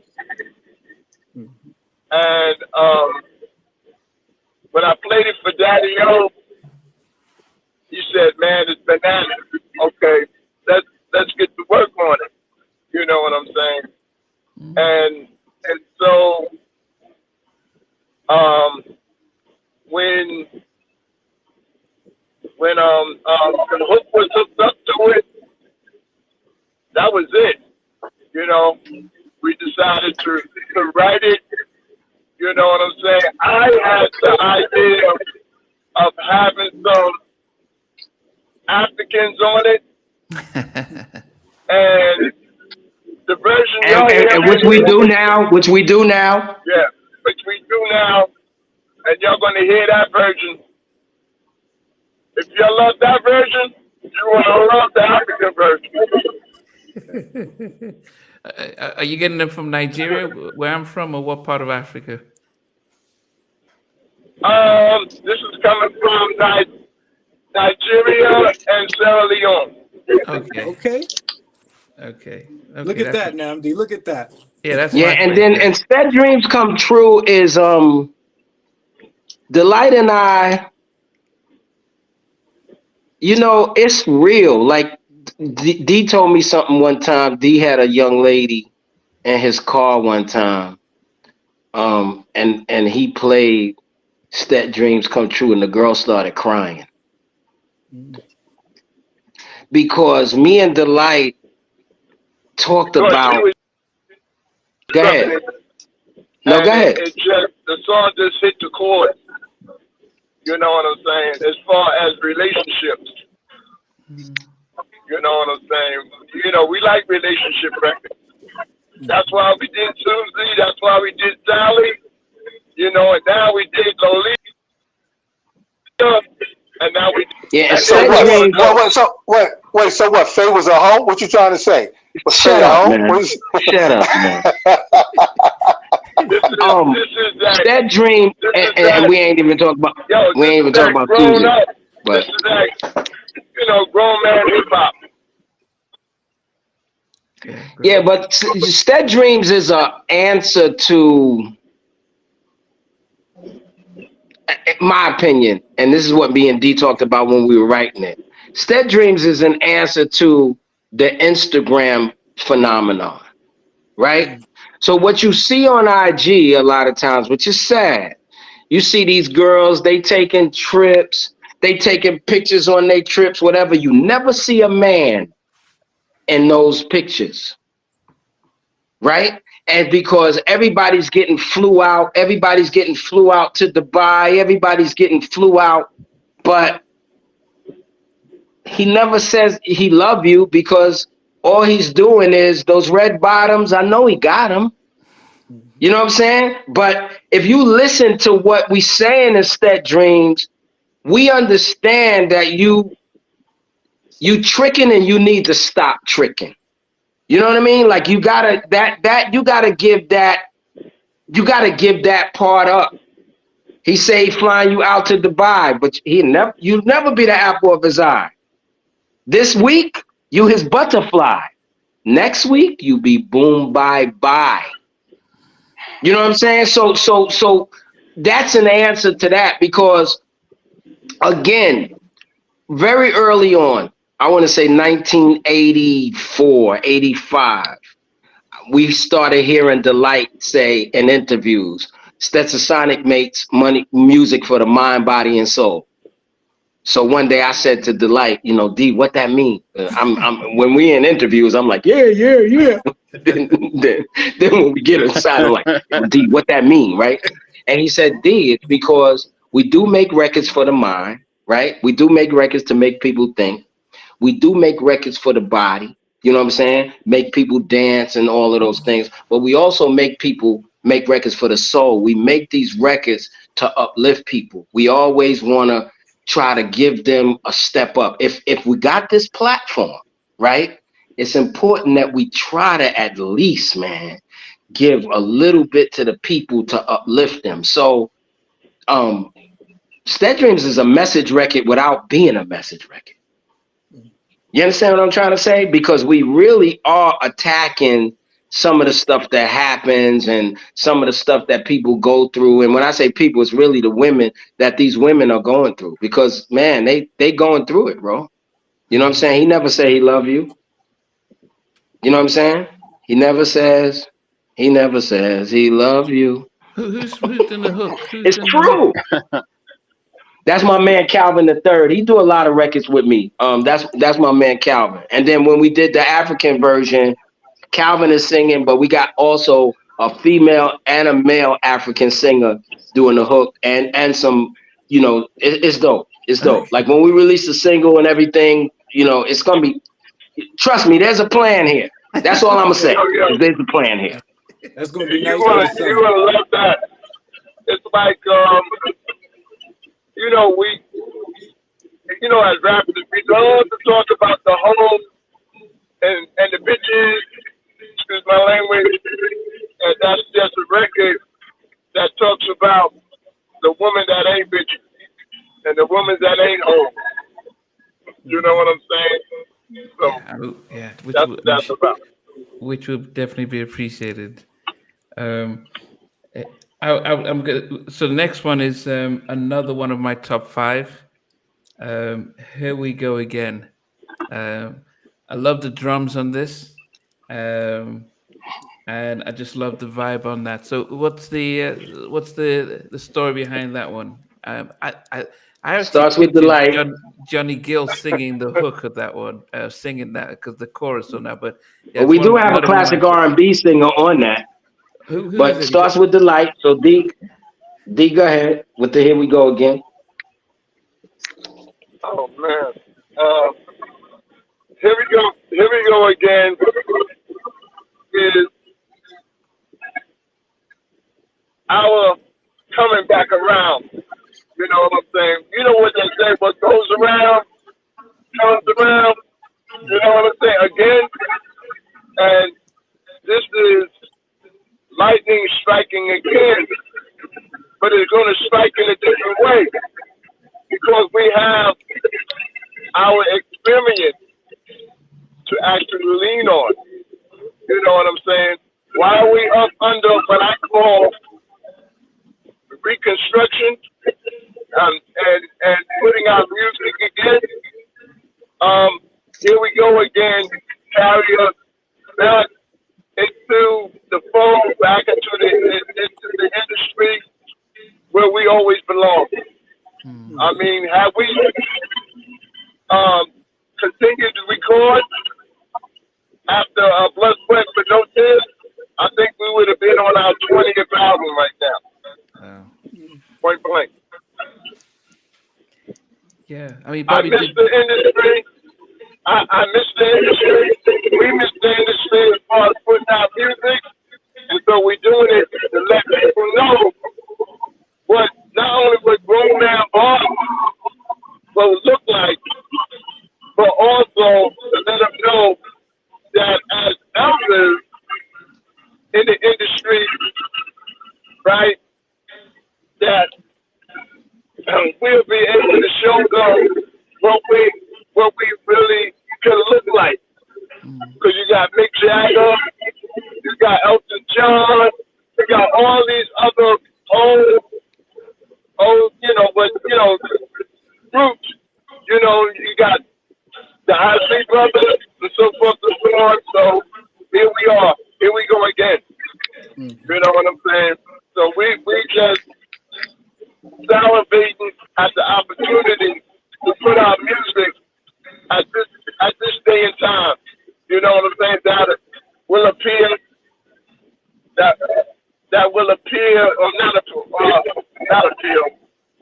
Appeal. That's what the word is.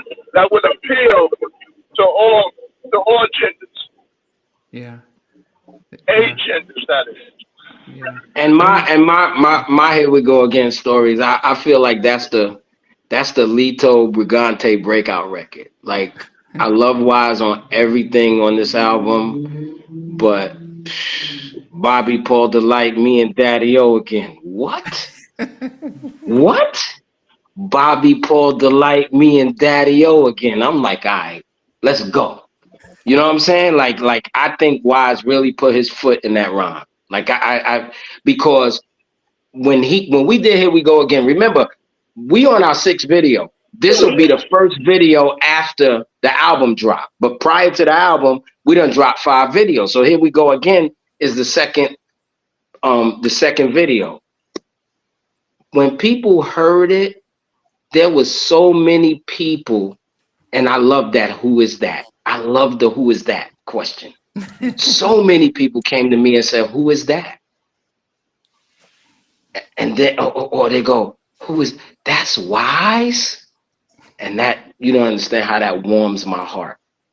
Because that is what you're supposed to feel in 2024 from a classic hip hop artist. No disrespect to my peers, but I only have one peer that I think could sound exactly the way he sounded then. Only one of them can. And that's because he was so far advanced than the rest of us. Everybody else need to switch it up. Because everybody, if they sound like this, it's gonna sound old. It's gonna sound old. And that is that was even my argument with these guys, even though I don't think we sound old on Message to Our Music, but that was my argument with these guys when we talk about Message being the first record on the album, because I was like, I don't even want to be confused with sounding old. You know what I mean? And so I don't, you know what I'm saying? I don't worry about me no more. Yo, Delite, mute your phone, man. I don't even worry about me. Pick me up something over there. Go get some eggs, Delite. Yeah. I don't even worry about me, but man, I just feel like here we go again. To me, that's the breakout Lito Brigante record. To me. Okay. Yeah, I definitely got to say that too. You know what I'm saying? When I put that rhyme together, I know the guys was between Daddy-O and Delite. They like, yo, that's the best rhyme I ever heard Wise say. You know, but it's true because, you know, that set it off for everything else. You know what I'm saying? Because when we did Now Y'all Giving Up Love, you know, that's all three of us, you know, doing our thing. But Here We Go Again is we're doing our own individual rhymes and stuff. That Delite writing his, Daddy-O wrote his, I wrote mine and stuff. And, you know, and I said, well, let me start off with this track right here and give it a different type of spin that I never gave it before. Because in Blood, Sweat, and No Tears, you don't hear Lito Brigante on there. You hear Wise. You know what I'm saying? On this album, you definitely hearing somebody completely different than Blood, Sweat, and No Tears. Because, and I'll be honest, in Blood, Sweat, and No Tears, I mean, I did okay. You know what I'm saying? My worst rhyme, to me, in my opinion, was No BS Allowed. I hated that rhyme. And I said, man, I wish I can do that track over again now. Wow. Yeah. Now I reinvent myself as Chris Jericho. Yeah, Chris Jericho. Yeah. I was like, Chris Jericho. Who is Chris Jericho? So, but Bobby, I mean, as I said, I heard the drum. Was that you playing live on that as well? Yeah. So me and Daddy both said, from now on, when we do this album, man, we just gotta just do what we here to do, and that's the live instrumentation. Even on this new album we started now, everything is live. We're moving from the sample phase. We may scratch some stuff in, but we're moving from the sample phase and just go back to what we normally do. I tell people this all the time, man. When we talk about Stetsasonic, I say y'all have to realize that the On Fire album, literally, there's no samples on that album. That's a stripped down album. It's stripped. It's nothing but scratches and stripped down.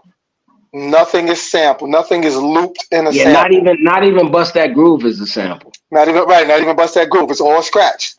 Yeah. And I said we need to, though Info Gear had to be one of the best well-produced hip-hop album of 1988. But I said, yo, D, man, we need to go back to that moment where we were thinking, as we always thought. You know, we thought we are that band. We are the Sly and the Family Stone and the new birth of hip-hop. And that's the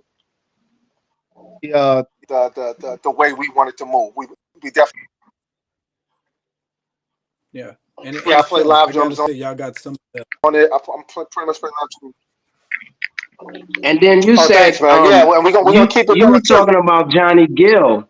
Yeah. So we got, I don't want to say one better, but we got one a little more classic, because that's Lilo Thomas singing the hook. Yeah, that's Lilo Thomas. So that's a little more classic than Johnny Gill.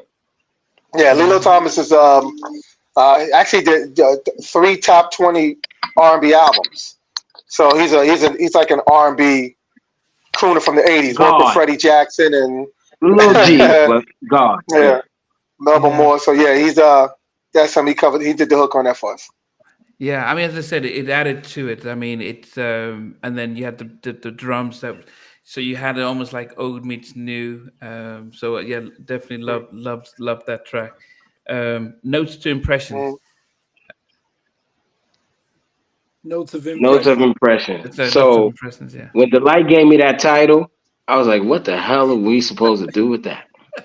Yes. What is the title? Please tell us what Notes that of title impression. means. I'm like, the notes of impression. Like I never even heard a damn title like that. So I'm like, what the hell are we supposed to do with that? But this what happened with notes. And Bobby can add on. But what happened with notes was Bobby often, he did this with Cipher too.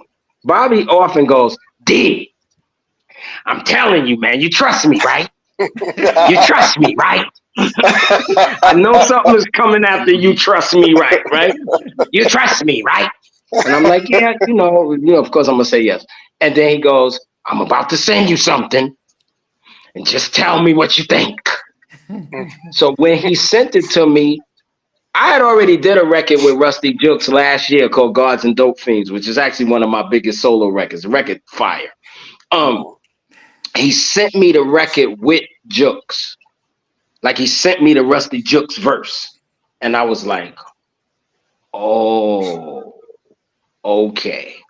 And so usually the way it happens, I mean, at least in this album, the process has been me shipping it off to Wise, and Delite usually plays the cleanup. You know what I mean? And when I sent it to Wise was like, oh, I see. You know what I mean? Because we knew, right? Because Jukes is that's a Sean P protege. Rusty Jukes is not a joke. To me, you hear me say on a million records and in a million interviews that Sean P's the best that did it. Maybe there's other people that believe it's somebody else. I believe it's him. You know what I mean? Sean P is my favorite.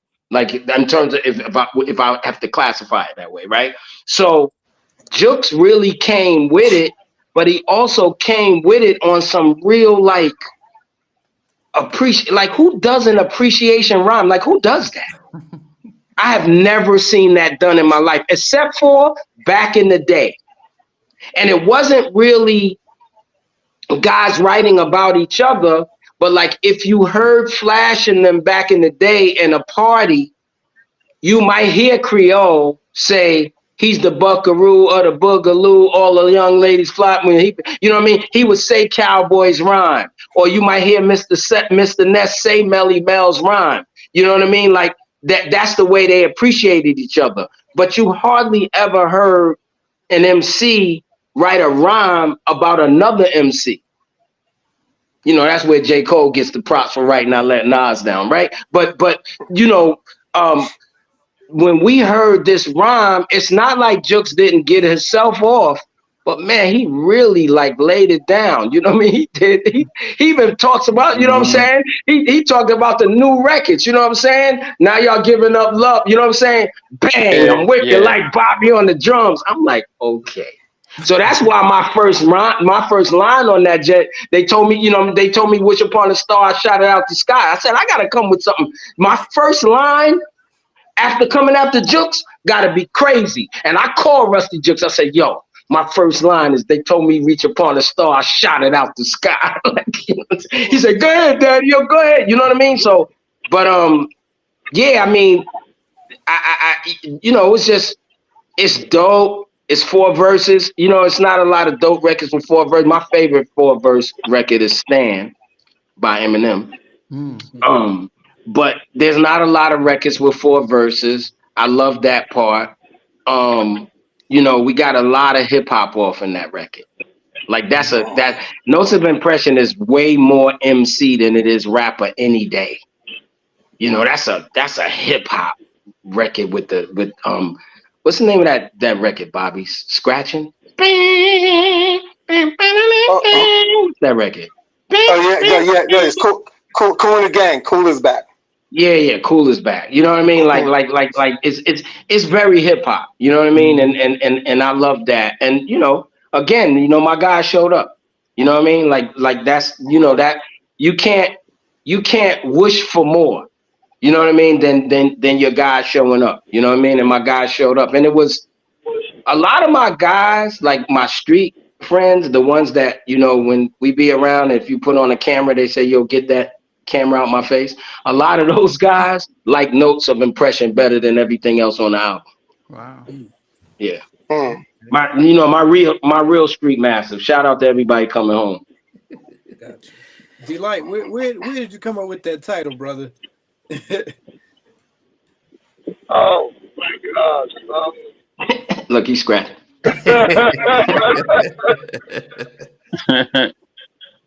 Yo, after listening to Juke Drive and then Daddy O Ride, and then because we didn't label, it was labeled something else, but then I said, yo, we should label it Notes of Impression because that's what the record is about. You know what I'm saying? It's about leaving an impression. You know what I'm saying? So take notes. That's all. Okay. And y'all did. So if when track 9, now people might say, okay, Stet's anniversary, you know, you use the Tony anniversary sample. You got one of my previous guests on the Good Friend Law. I didn't realize was he singing on it? Because it was a feeling I was hearing. Yeah, that's him and Tony Marsh together. Okay. Yeah, that's him and her. Okay. Okay. So he's from you guys. I mean, have you known him for long? Is he out from Brooklyn as well? Yeah, Law's from Brooklyn. I've known Law. Me and Law been friends for years. I've known Law since because you know I hang out with George Clinton a lot. You know, George Clinton is like his protege from the P-Funk All-Stars. Yeah. Yeah. So yeah. Mm-hmm. Okay. Cool dude, man. A great musician as well. Fantastic musician. Yeah, great entertainer. Yeah, he's an incredible dude. Yes. Yeah. Okay. So, but this is something that I didn't realize is because we all know the Go Brooklyn. You know, I think Mary had it on her what's the 411, and it's been on other. Who didn't have it? Yeah, I didn't realize that it was you guys who started. I mean, how so. I listened to it and says, yeah, we came up with it. So then I had to go listen to the original track and see it brought it in there. But what was the idea behind, okay, we're going to use the Tony sample and pretty much try to reintroduce ourselves to those who might not have known what we did?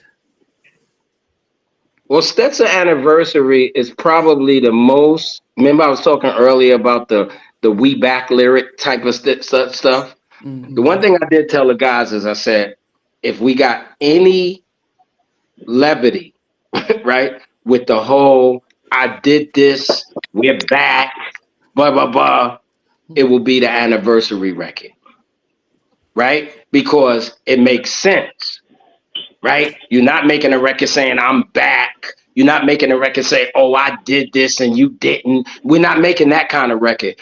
But if you're making a record based on an anniversary, then you could talk about the things that led you up to anniversary, right? Because an anniversary is a celebration of things that you did, right? Or accolades that you achieved.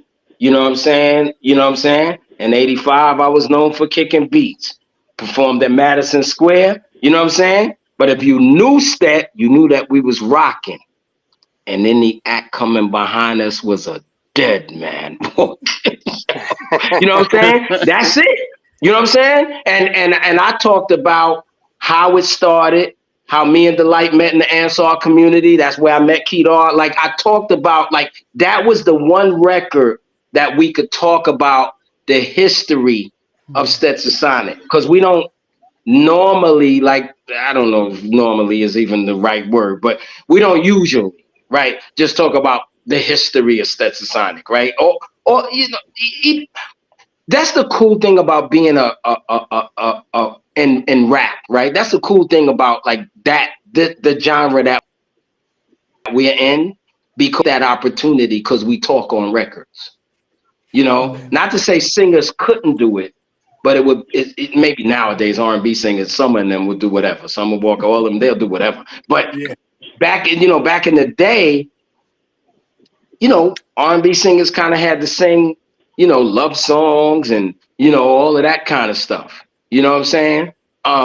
But with rap, we could talk about almost anything. I mean, look, I always say Run DMC had a platinum single talking about sneakers, right? I mean, it's just, you know, or you know, we could talk about anything because we talk on record. So we can actually talk about our history because the platform allows that. And so that's really what the whole Stetson anniversary is about. You know what I mean? Is that kind of situation, and just being able to talk about, you know, some of the things that we did, how we started, and you know, me being slick. And I remember being black when y'all was, you know, wearing all white. Now y'all on stage wearing white. Where they do that at? Like, where they do that at? You know what I mean? Right. But I'm slick all the time about that. Now you're on stage with the band. When the F was that in your plans? Like, come on, knock it off. Yeah. Knock it off. You know what I'm saying? Really, knock it off. Like, all of y'all need to go back to having a DJ. When you look at the fact that everyone's sampling "Hey Brooklyn" or "Go Brooklyn," it's, as a group who came up with it, is there a sense of pride in that, or is it a sense of, hey, why are you ripping us off? Or what's it like for you guys? Sense of pride. Yeah. You know, it definitely makes us feel good because that, you know, Go Stetson, that's no doubt Brooklyn's anthem, Brooklyn's first anthem. Yeah. There's no ifs, ands, or buts. Nobody could deny that and stuff. That's Brooklyn's first anthem. That's Brooklyn's first Cutmaster robbery DC, record. Now let me stop.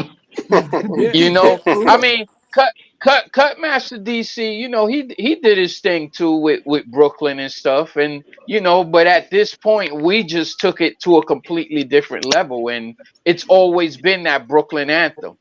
Yeah, And that's because it's something a we chant. proud of. Yeah, because it's a chant. So it's definitely like always a sense of pride in terms of, you know, when people do it. Even shout out to the girl Her, because Her used it in one of her, she used it in one of her records. You know what I mean? Like, you know, shout out to everybody, you know what I'm saying, that uses it. And if you notice, God bless the dead, Mr. C just passed, but when he did pass, I posted something on my page because we had did a show in Brooklyn, and he actually made everybody like acknowledge that Biggie couldn't have did Where Brooklyn At if we didn't do the Go If Brooklyn. we didn't, You know what I mean? And so, but yeah, I mean, you know, and again, man, you know, old school saying, you know, it ain't over till the fat lady sing, you know, all of that kind of stuff. I mean, that's just the reality of it. It's like, you know, maybe 33 years ago, you didn't know it was us that did it. But you know what I'm saying? With the introduction of a new album and some of the things that we're doing, now you do know we did it. You know what I mean? And there's more where that came from, because there's a lot of things we started. Let me just say this one, and I don't care who argues with me. Prince Paul is the father of trap. I'll leave it there. Oh, wow. That's a hot take. I can prove that. I can prove that. But I do want to just kind of, I don't know if you guys get enough flowers for, because I'm from Harlem, right? And right. In the 80s, people don't understand how there's such a big monopoly on here. If it was Bronx, then it was Queens and Harlem, right? Y'all kicked the door down. It was Houdini, but y'all put a Brooklyn stamp on the game in the 80s that did not exist before y'all did it. And so if y'all have not gotten enough vocal flowers for that, like, here you are, because like y'all made the anthem. I know you were joking, Daddy-O, and you said it's the robbery anthem, but I heard the stories. Yeah, that's real. That's all. Yeah. No cap, bro. Yeah. Like the young kids say, no cap, man. I watched Madison Square Garden turn into something else that night, bro. Right. Like the 90s would have people. You know how you Oh, go ahead. I was gonna say the 90s would have people thinking Brooklyn no. always at the top, because hip hop was very Brooklyn heavy in the 90s, but in the 80s it took a minute to kick that door down, and y'all kicked it down. So Shout out to Yeah, you. but you know how real that record is. Meaning, on the topic we talking about, like a crime theme song. Y'all ever saw the movie Nothing to Lose with Martin Lawrence and what's the Yeah, white guy yeah. name? He was Tim Robbins or Tim something. Tim when they Robbins. Tim Tim Robbins. Robbins, yeah. right. It's called Nothing to Lose. If you Mm. see the scene when he wants to go into his boss's office to get the letter out the machine, what's playing? Yeah, Go yeah, Brooklyn. yeah. Those, yeah, Go Sessa is playing when they going up the stairs to go rob his boss's room. It's going go Brooklyn, yeah, go Brooklyn, and then the drums come in. It's like it's a stamp of approval yeah, yeah. in that Yup. movie. Yeah. Mm-hmm. Hey, Brooklyn keeps hey, on taking it. yeah, we was, and it wasn't the intention, but it's just like we come The from that energy. element, like you know what I'm saying. We Mm-hmm. definitely come from that element. Like I'm from East New York, Wise from East New York, Bobby from Brownsville. Like no disrespect to Bed-Stuy and all, but we not from there. Like where we from, they It's never came different. there. It's different. Yeah. Outside of the Brooklyn, you don't I come there. I spend my summers in Brownsville. Shout out to my You know, cousins at Cephalon. Cephalon you know, Pro. Oh, Shout out to Cephalon. the thing I want to let the world know through this interview that Stetsasonic, we tried to open up a whole thing because back in the day, we didn't get an album, but we did our first album on $8,000. $8,000. Yep. That's how. That's what we paid for that On Fire album.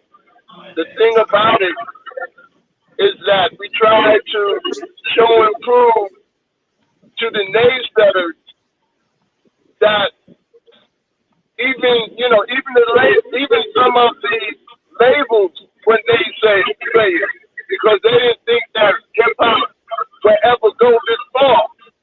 You know what I'm saying? So when we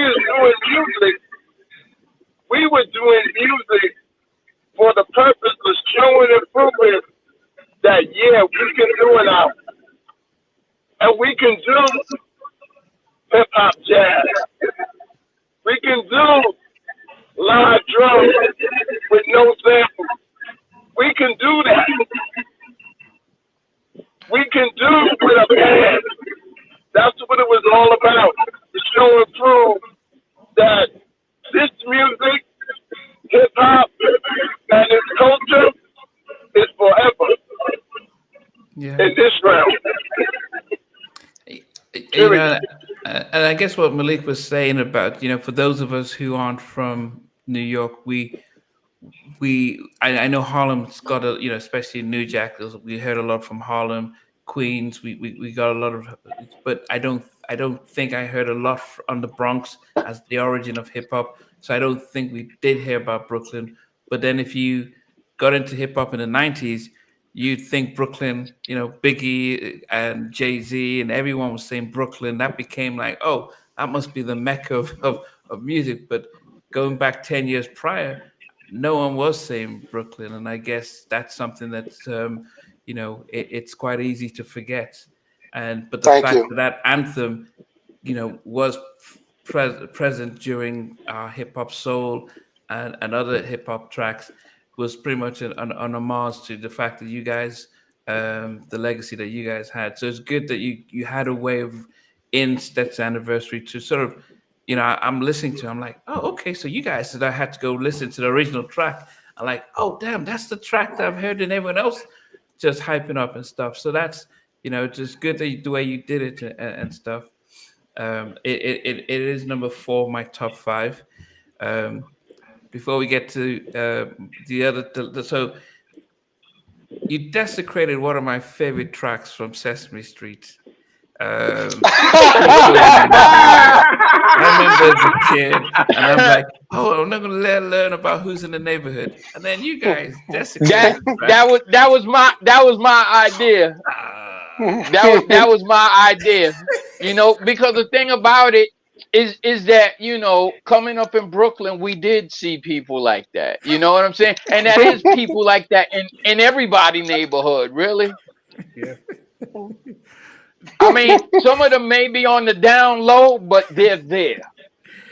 Did you have to get clearance from Sesame Street to use the track? I mean, I'm like thinking I will just. Okay. They'll appreciate it. I appreciate it. Yeah. What I thought was dope was y'all making a conscious effort to make that a beatbox track. Yes, like, is that still you keeping guys? that element. Yeah, I told Daddy O, because we had did that track like a while ago, and I told Daddy O, I said, we should put People in the Neighborhood on the album, because Blood, Sweat, No Tears did not have a human beatbox track on it, if you think about it. Right. You know what I'm saying? But I said, let's put, since a lot of people, because we did put it out, but you know, it was on a very small platform and stuff, you know. We did put it out, but the thing about it is that I told Daddy O, I said, it'll be kind of humorous, because you know, from time to time we have a little humorous thing, like with Faye and stuff, you know, we have our little humorous thing going on and stuff, and people will relate to it. Yes. They will definitely relate to it. And then coming in, you know, like a human beatbox thing. We haven't done a human beatbox track in a hot minute, and I said, why not put that on the album? I think that would be the perfect track, you know, human beatbox track to put on there, and it would get the exposure that it didn't get before. It was genius. Yeah, it did fulfill some missing. So People in the Neighborhood's the last record that, even after Cipher. So Cipher was almost the last record to get made on the album until we added People in the Neighborhood, and it fulfilled, you know, a few gaps. But the two major gaps, I think, was one, we definitely have humor. You know, all throughout the Stetsasonic records, there's humor, right? And so it definitely fulfilled the humor part. And then the other part was what Wise was saying, because Wise was like, you know, Daddy-O, we beat heavy on this record, you know what I'm saying? We lyrical heavy, you know, we solidified in that. But there is a portion, it may not be everybody, but there is a portion of our fan base that really do and would miss the human beatbox. You know what I mean? And he ain't never lied, because man, the response I got from People in the Neighborhood, I couldn't even believe it, man. I really couldn't believe it, bro. I'm like, what? They like, yeah, man. I'm listening to the album when that joint came on. I put it on repeat. I'm like, really? They're like, yo, really? Because they was like, yo, I missed that. You know what I'm saying? That's one thing I gotta give, man. Again, man, you know, I'm always propping up my guys. One thing I gotta give Bobby, right, is, you know, we're into sound, and it's important. And I know it's all being reduced to an MP3. I mean, there's a whole bunch of stuff to say about, you know, modern sound, right? So besides for Tidal, and there's another one, you don't really even get full audio, right? Spotify and all the rest of that stuff is mad crunched. I mean, you know, just, you know, note to self and note to y'all. You really want to hear better audio, listen, you know, just listen to your music on Tidal. It's full. But we are into sound, and that is like, I don't know, man. That's such a pet peeve for Stetsasonic, man. If that thing don't like sound right, it's gonna bug the hell out of us, man. And so it's the same thing, to be able, because we've done it before. We did it with Faye before, and we did it with Stet Troop. We know how to make human beatbox records. We know how to do that. We really do. And this is from long time ago, man. I'm talking about going all the way back to Wise, going all the way back to Little Bighorn, right? We learned how to make records, and we taught engineers. You know, shout out to Bob Power, but we raised him. So when y'all see Bob Power on them D'Angelo records, and you see him on them Delite records, we made him. We taught him. You know what I mean? We showed engineers how to make this thing pop. So the one thing about people in our neighborhood that I really love is the Sonics, because it could have been a stripped down kind of whack sounding record. Not to say it still wouldn't have been funny and all of that kind of stuff, but it wouldn't have it wouldn't have held up to the rest of the record. You know what I'm saying? You wouldn't be able to play it next to Message in Our Music or next to Stet Dreams. It would have been like Stet Dreams, Message in Our Music, and then people in my room. You know what I mean? And so shout out to Bobby Simmons, man, because like he ain't never gonna let us fail sonically. Like here, that's not happening, bro. Hey, Bobby. The fifth song on my top 5 is so being out here in England, you know, one of our foremost R&B groups that really hit the world was Loose Ends, and you know, they did their thing representing the UK back in the late 80s. Shout out to Loose Ends. Yeah, that's our man. That's our man, right, Bobby? I saw what's her name? She was out here in New York a month last month. Eugene. That's what I saw. Yeah. She lives out in the States now. Yeah, she lives out in the States. Yeah. But you have a track, Hanging on Strings, and yeah, as I said, beautiful track. Whose idea was it to bring to use that sample and to use that? That was our manager, Courtney Benson. Yeah, that was our manager. So our manager, Courtney Benson, who now manages Stetsasonic and Morris Day, for all of the high level days at the beginning of Nelly and the Saint Lunatics, he managed Nelly all those years. Wow. So Country Grammar, all of that, he managed them. The kid that did Country Grammar, this kid J.E., he did Hanging on a String. Wow. So, you know what I'm saying? It was just Courtney reaching out to J.E., yo, you got something for Stetsasonic. It got to be soulful. You know what I mean? Blah, blah, blah. And so he gave us Hanging on a String. And that's probably for me, that's my favorite Daddy-O rhyme on the whole album. Wow. Yeah, because I felt I felt real good. Like I feel real good. Like that rhyme, the way because I know where I was going with it, and I achieved it. Yeah. You know what I'm saying? Like I was trying and I achieved what I wanted to say. You know what I mean? Like because I get it. Like, you know what I'm saying? The only thing I told the guys is let's just not make it a typical girl record. Yeah. You know what I mean? Let's make it up. Because my lyrics did start off like that because I was under the impression that that's where we were going. You know what I'm saying? And then when Daddy-O said not to go that way, I said, okay, let me switch it up. Yeah, it's that cross you record. Like again, man, kind of going back into some of those earlier concepts that I was talking about. Like one thing I love about this, man. So I've been re-rapping or grab my mic again 2016, whatever you want to call it, right? The one thing I use rap for now is very, very therapeutic for me. Everything I want to say, I say in rap records. So even if you listen to my solo stuff from 2016 to now, all the way up to the Stetsasonic album, I say what I really believe in these records. You know what I mean? And so I went for that on Hanging on a String. You know what I'm saying? Because that happens all the time. And it gets so weird when you don't see the writing on the wall. Gets so weird. I should have knew a long time ago. If my mama was alive, she would say I was blind.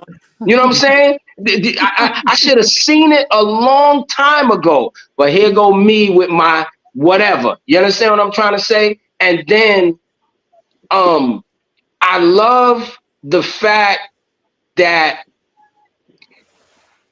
it's two things. So that's me. the Delite rhyme, a lot of people don't, you gotta hear the last word that Delite says on his rhyme. Do y'all know what the last word he says on his rhyme is? Life. It's life.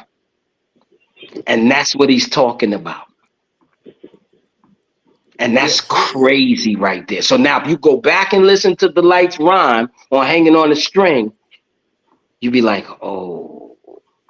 And then I love that Wise addressed the Fruitkwan issue because it was going to be the elephant in the room anyway. Mm-hmm. Yeah. That was going to be the elephant in the room. It was always going to be the elephant in the room. It was always going to be the elephant in the room. And Wise just came to the conclusion of like, you know what?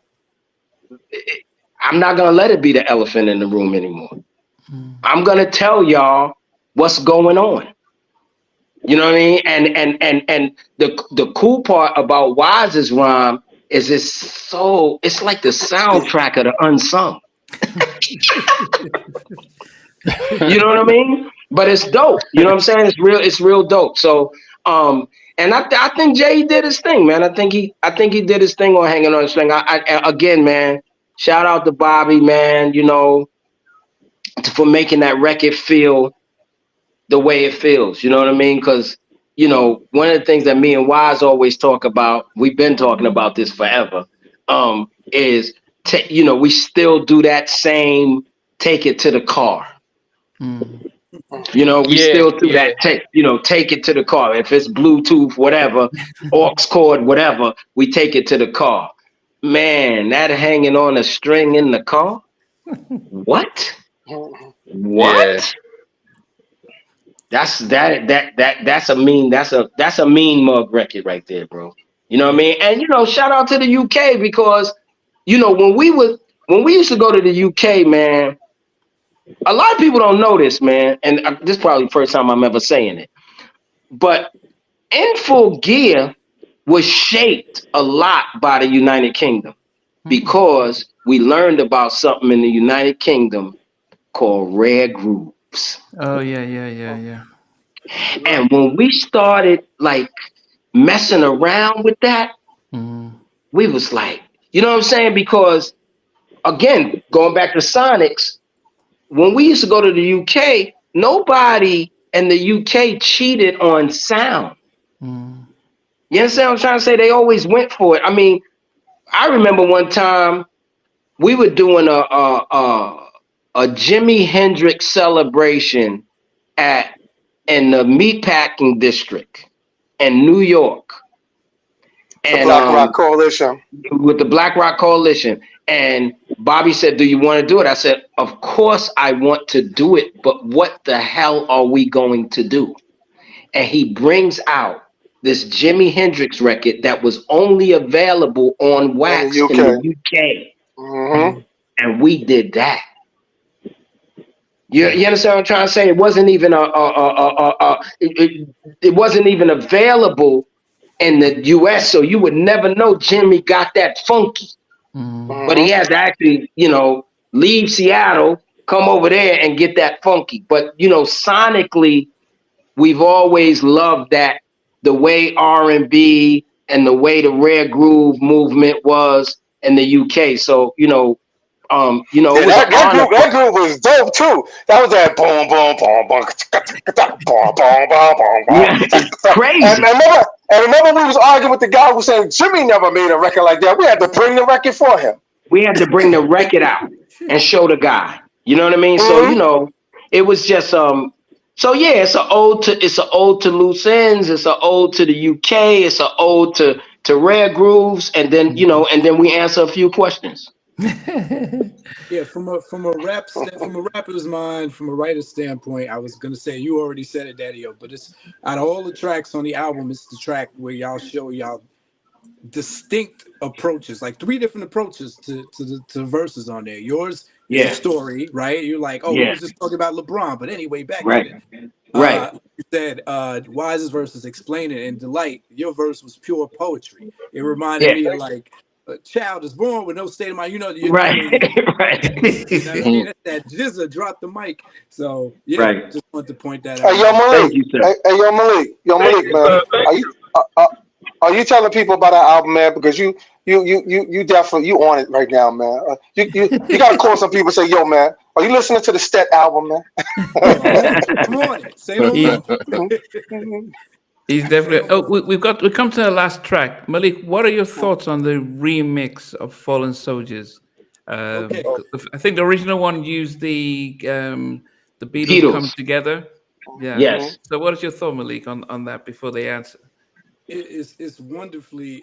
I don't know if anyone's done it, right? We've lost so many people. There's a point where after the first verse, I'm like, damn, they done named everybody, and then you hear each. I'm like, oh, that's how sad it is that we have that many people who've fallen in this culture that y'all can fill 3 verses with. Mm-hmm. But I'm so glad y'all did it because y'all acknowledge the young, the old, the new, and the thing that threads it together is that we've all lost them. So well done. Well done. Thank you, It sir. needed to be said. Thank you. And even as we did it, there was still more soldiers falling. You know what I'm Yeah. saying? Mhm. That was the Even crazy as part we about did Paul. it. Yeah, it was Some crazy. we didn't put on the record like X, Professor X from X Clan. There's a lot that got left off. You know. Yeah, it was a tough decision, even, like whatever. But the way Fallen Soldiers came about was, I mean, I know people was affected. If you look at Now Y'all Giving Up Love, the beginning of the videos dedicated to Biz, like, I know people were affected. Mark was my man. We all grew up with Mark. I grew up right around the corner from Mark and Buff. You know what I mean? But something happened to me. I don't know. I still can't explain it because I didn't know Coolio really well. I might have met him once in my life. But when Coolio died, it touched me. I don't know why. And I called Wise and I said, Wise, I got an idea for a record called Fallen Soldiers, and I think it will fit. What do you think? He said, yeah. I said, because we're probably I don't know if we're the only, but I said it. We're probably the only guys that could get away with this. Right? Because I don't know if somebody else made it. Like, I don't know if you would accept. I keep asking myself, who else could have made Fallen Soldiers that people would have respected? You know what I mean? And not to say that, they whack, but it's like, first of all, it would have had to be done by, in my opinion, it would have had to be done by a group. Because one person doing it, that would have been a lot. That would have been a whole lot for one person to just be it could have even got boring. You know what I mean? And then I don't know many groups. Well, not many groups exist anymore, but I don't know many groups that could have did it. But when I thought about these two, I said, oh my God, because I know what voices I got. You know what I mean? And that's a big part for Stetsasonic. Like, voices is a big thing for us because of who we were raised by. You understand? I tell people all the time, I don't know if these guys agree, it's only one Mount Rushmore rap. It's only 3 people. It's only Kaz, Mel, and Mo. That's it. Everything else is a wash. Some people want me to put Curtis there. I won't. I just won't. So we had to grow up listening to these voices, man. And these voices were impactful, bro. So it wasn't only their rhymes that was impactful.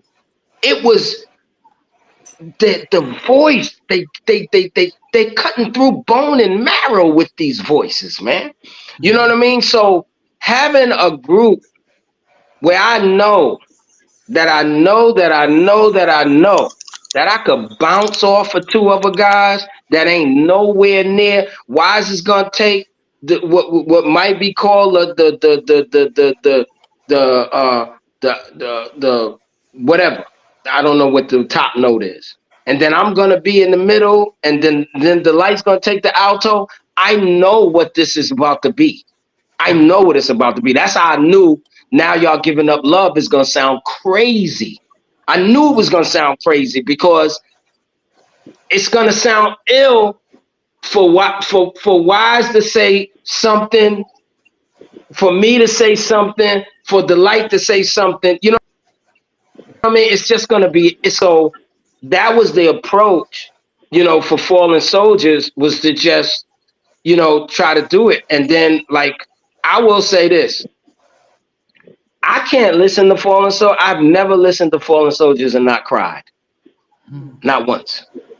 And the part that makes me cry is when Y start talking about Eazy-E. Because if you knew our connection with this boy Eric Wright, and when he said bring him back to life because we want Easy, I'm like, damn.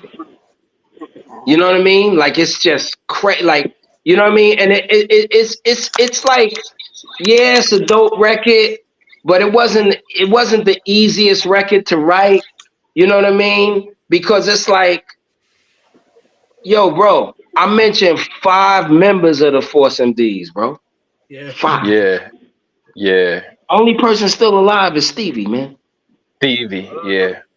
You know what I mean? Like, that's kind of crazy. And then, you know, Delite, definitely. I mean, I talked a little bit, you know what I'm saying, about Takeoff and all of that, but Delite definitely talked about like PNB Rock and Nipsey and all of them. Like, the way Delite summed it up is like, it's almost like him looking at me and Y saying, yo, it's still happening, y'all. Still happening. You know what I mean? And it's something to think about, man. It's definitely something to think about. That's the whole purpose, you know, of that record. When you play that record, you know, especially for the rappers, we got so many guys that's falling, and they're not falling because of natural causes. They falling because they shooting one another. Yeah. You know what I'm saying? They're on the street killing one another. You know what I'm saying? Yeah. That's crazy. Yeah. You know? Yeah, that is crazy. Bobby, when it comes to production, now, when I mentioned to people that Stetsasonic are coming out with a new album, the first name was, I'm sure Prince Paul did the production. I went on CD Clogs, and it's yourself and others do most of the production. And a lot of us have known Prince Paul as a producer. Was he not involved in producing, especially now that we're looking? Well, he didn't show up today. So what's how it decided? Well, Paul was the first person that I talked to about the album before we started on Now Y'all Giving Up Love. At a point, he was with it, and then in the mix as we were beginning the album, certain things happened in his life that he had to take a step back. There was even a point where we did a concert and he wasn't able to make the concert because there was things going on in his life, so he took a step back. So what I did was I talked to the guys and said, hey, you know, this Paul is really going through something now. So we just kind of gotta be there for him, and when he's ready, you know, he'll be it. Paul is always a Stet supporter. He's our member. He's our family. But he wasn't able to really finish the album with us while we were moving. But he will be a part of this next album we're doing. Okay. So he will be doing production on this next album for sure. Okay. Okay, that's done. So what can we expect from you guys over the next 6 months? Are we going to see you guys doing any shows? Are you going to do any touring? Because as I mentioned, it's a really impressive album, especially because we're not being fed good music or good food right now. So the fact that you guys really invested in that, what are you guys going to do with the music in front of fans? What should we expect? Well, yo, we coming out to the UK. Can I speak to your UK people real quick? I want to speak to your UK group. Let me explain something to y'all. We coming back out there. We coming back. We got a window to close out there. Oh yeah. Because when COVID happened, when COVID happened, everything shut down.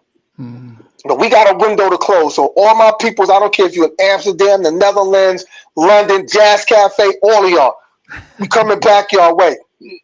We coming back your way for real. Y'all see us here. We all here. You see Daddy-O, you see Delite, you see Paul, Prince Paul. your Prince Paul and Wise, we all here. We coming back out there for y'all. So all my UK people, Germany, we actually gonna turn left to Paris too. Okay. And then we actually Australia. That's a whole other story. But we definitely got a pickup in Australia for January. So I just wanted to say that to all the UK people, man. Yo, we coming back out there. Stop playing with us. Delite says something the other. I think it was last week. Delite says something, and he said it during this interview too. But he said it kind of quickly, and he talked about the concept of reconstruction, right? And so I think that really kind of represents what the future looks like. Like we literally are like reconstructing. So we're already working on the next album. We're actually working on the next 3 projects because like the next album, then there's this other thing that Delite wants to do that we might possibly do the whole thing with Funky DL. Y'all know who Funky DL is from the UK? No. All right, look up Funky DL. We might do that whole thing with Funky DL, and then there's a mixtape that we working on that Delite came up with as well. So, we don't look to stop recording anytime soon. We actually having a whole bunch of fun with it right now. So, that's a great thing. Touring possibilities, definitely. Probably, some daytime and nighttime television. I mean, that's another thing that we looking into. But I mean, we just want to keep it going for us. And we're hoping, I mean, because there's no guarantee. We're hoping that this sparks some interest, that it strikes a chord in our peers, right? Because I've been saying this forever. I've been saying this since 2016. If enough of us make dope records, right? It's not just us making records. When I say us, I mean classic hip hop. If enough of us make dope records, it can't just be records, because sometimes records be whack. If enough of us make dope records, then you have what is called critical mass. And so now Spotify has to create a classic hip hop playlist at least. Apple Music has to create a classic hip hop playlist. You understand? Billboard. This is important. Even though I don't really mess with them like that. Billboard has to create a classic hip hop playlist, because we're making it again. The only thing right now, shout out to LL Cool J, the only thing right now that's even maintaining any levity, right, besides for, programs like yours and podcasts, which, we're not playing music, we're talking, is Rock the Bells. Yeah. You understand what I'm trying to say? And that's it. And even on Rock the Bells, there's been 2-3 years straight that Stetsasonic is the only people on Rock the Bells with something new. They playing a lot of music, but then they playing Now Y'all Giving Up Love, and then they playing a whole bunch of 80s and 90s. They playing a lot of music, but then they playing Here We Go Again with a lot of you know what I mean? Like, so we're hoping, like I said, there's no guarantees, but we're hoping that we spark some interest and that we strike a chord in our peers where there becomes, some kind of groundswell. Because if we could just think about quantitatively and qualitatively how people, at least you two guys, I'm gonna just use y'all as example, how you two guys look at Here We Go Again as a product. Imagine a product at least that good from Rakim, at least that good from Light, at least that good from Latifah, at least that good from Big Daddy Kane, a new Public Enemy record, at least that good. I could keep going. A new Special Ed record, at least that good. With that kind of quality, with that type of levity, with the kind of hooks, with great beat selection. And here's the shameless plug. Me and Bobby been talking about this for 2.5 years. We want to A&R all those records. We don't need to produce them. But we can A&R a record for any one of our peers right now. We can make a Kane record tomorrow. We can have 12 records to Kane tomorrow. Trust what I'm telling you. We can have 12 records to Rakim tomorrow. Trust what I'm telling you. And I'm telling you, if you hear, here we go again, because I don't need nobody, but technically, all I need is Bobby and Delite.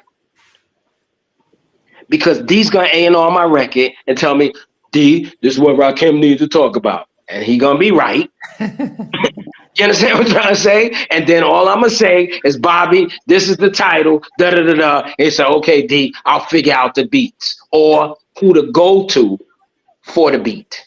Mm. You understand what I'm trying to say? And that's I mean, I did A&R most of my life. So that's the job of a good A&R. I ain't gotta make nothing.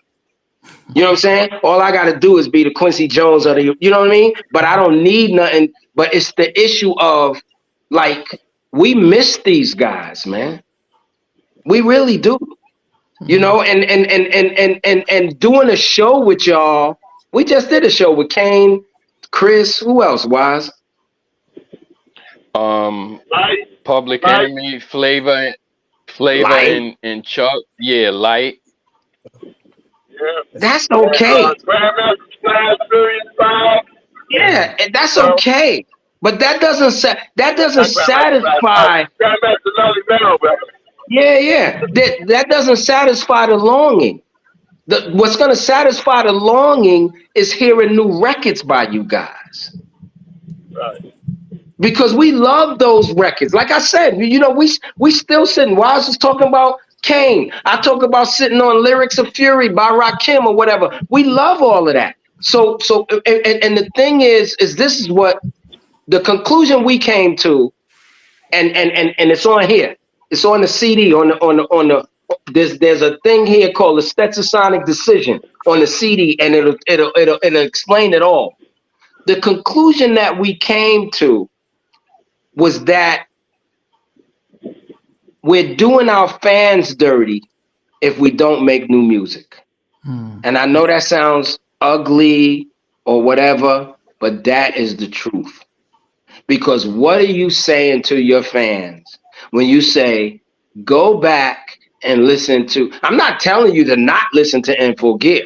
I'm not telling you to not listen to Blood, Sweat, No Tears. And I'm definitely not telling you to not listen to On Fire. Definitely not that. Definitely listen to On Fire. But what I'm saying is, what are you telling your fans when you say, okay, this is what I have for you. It starts in 84, it concludes in 91, and that's all you get. Yeah. And just come out and see me perform. I feel like that's such a shoddy way to treat your fans, because I don't believe Jimi Hendrix would have treated his fans like that. I don't believe Miles Davis would have treated his fans like that. Prince, God bless his dead, before he passed, showed that he wouldn't treat his fans like that. Like, the greats don't treat their fans that way. The greats don't. Now, maybe the foo-foos do, but the greats don't. And so that's all I'm saying is, for us as a culture of classic hip-hop musicians to prove that, I think we got to make new music. I you know, I'm saying think to be nice, but the daddy on me say, I know we got to make new music. No, yeah, we hear that, and we see that movement happening with some of the '90s guys. I know Nas, he put out 3 back-to-back albums, and he said, "Oh yeah, absolutely." Yeah, he said he wished more people from his era would keep doing it, and so naturally, your message is you know, we talk about to the '80s guys. Yeah, right. Yo, Malik, that's the title. Here we go again. It didn't just apply to this album. It was applying to all my peers. Here we go again. Yeah. Period. I mean, I've kept you guys for a long time, and I really appreciate the fact that you guys, you know, were brave enough to go through each of the tracks. As I said, I am definitely a massive fan of the album, and I posted the Thank you, sir. I know that there's a lot of DJs who I can't wait for the vinyl to come out or the CD. So definitely they're going to be looking for that. I mean, Bobby, if people want to either buy the stuff, buy the physical copies, and also follow you guys, where should they go? Okay, everybody, if you want to please pick up the brand new Stetsasonic album. Here we go again. You can go to Stetsasonic.com. That's where you can pick it up, and you can also go to what's the other one? Our Stetsasonic Bandcamp. You could go straight to the Stetsasonic Bandcamp, and you could go to the Spit. You could go to the site because you know we distribute it by Spitslam, and all the Spitslam records are up there. So, and everybody you can also follow us at the real, not the official. Everybody keeps saying the official. No, it's at the real Stetsasonic on IG. It's at the real Stetsasonic. You can follow us there. Also, you can follow me at BSBVBK. You can follow Wise. Where they follow me at, Wise? Wise_Stetsasonic on Instagram. And Facebook is Wise Roman. Okay, Daddy-O, you Professor Daddy-O, one word everywhere. All right, there you go. And for anybody that's looking to book us, you can book us. You can reach our manager at Courtney Benson at Courtney Benson Management, or you can reach us at Benson Management on it's Benson Management on IG. He always answers too. Right. And plus, you can reach me at Marvin Wright 98, like the old Marvin Wright. Okay, there you go. And they can reach us if you want to book us, do some bookings at stetsasonic.bs@gmail.com. So shout out to you. Shout out to all. Oops. Muted. Bobby, you muted, man. Oh, you got me? Muted. Yeah, we got you back. Oh, Yeah. I'm sorry. Okay. Can you get me? Yeah. Also, shout out to all our people in the UK.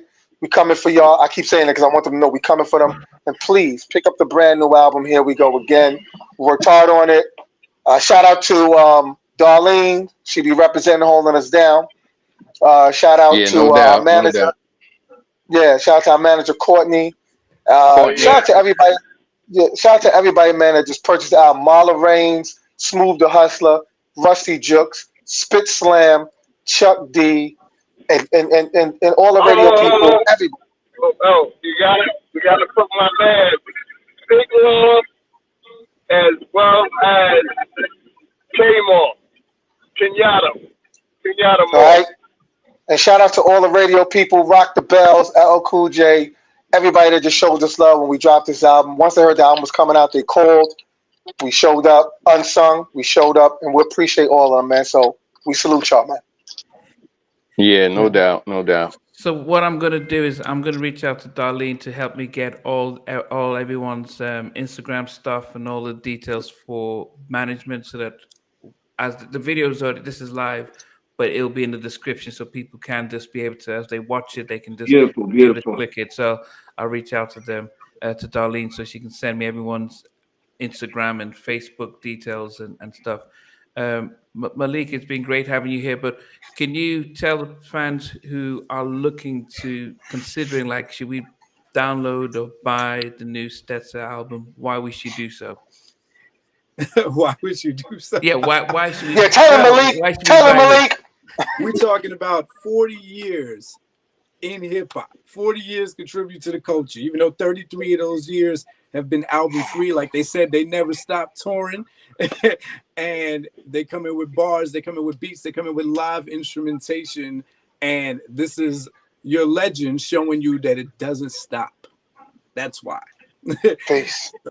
There you go. You go. So Malik, hit me on Instagram, man. We got a bill, brother. Yeah, I'm gonna hit y'all. I would love to have y'all on to review any of your previous albums, your classics. And listen, man, I've given y'all flowers early, but I want to give y'all some more flowers because y'all self-destruction changed my life personally.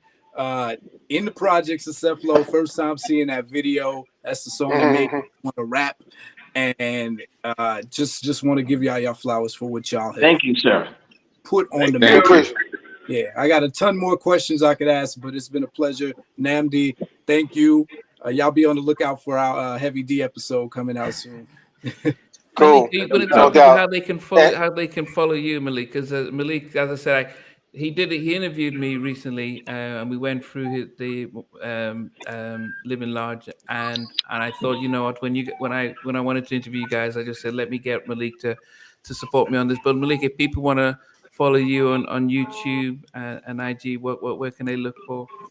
Yep, just hop on over. Hopefully Namdi puts my link in when the video's up too. But Yeah. F Rap Critic, that's the name of the channel. We really break down classic albums, you know, in detail, so we can just not, you know, have all those barbershop debates. So Yeah. Okay. I mean, with that, Appreciate I mean, guys, as I said, I think what we're looking for is live music. That's why I like the Roots, but I know you guys did it first. But the reason why the Roots are appreciated now is because they go on live and they put on a show, and I know that that's what you guys did and are doing now. So the fact that you've got new material to support that, as I said, I love the drums on some of these tracks, and I know that actually you guys are going to kill it on stage. So I appreciate the fact that you guys spent the last 2 hours and 40 minutes chatting with us live. Yeah. It might not have seemed that long, but it is that long. It's about 20 minutes to 1 a.m. here in the UK. So it is a All long right. time. Yeah, so Late night talk with Namdi. Late night talk with Namdi. It's Guinness Stout and Nick's time.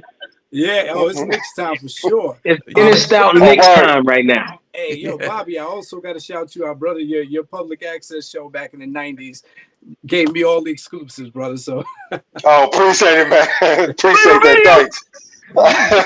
new flavor videos. But you guys Nice. appreciate everything. As I said, Dolly would be able to send me every detail. I'll post that up. Guys, go to Joe. I've put the post of the playlist of their new album, the ones on YouTube. But you listen to it, then go buy the actual physical copy to listen in your car or play the vinyl. It is really impressive what you guys have done. And the fact that you're still working on album 2 and 3 is just incredible. So, but I can't wait to see you guys live as well.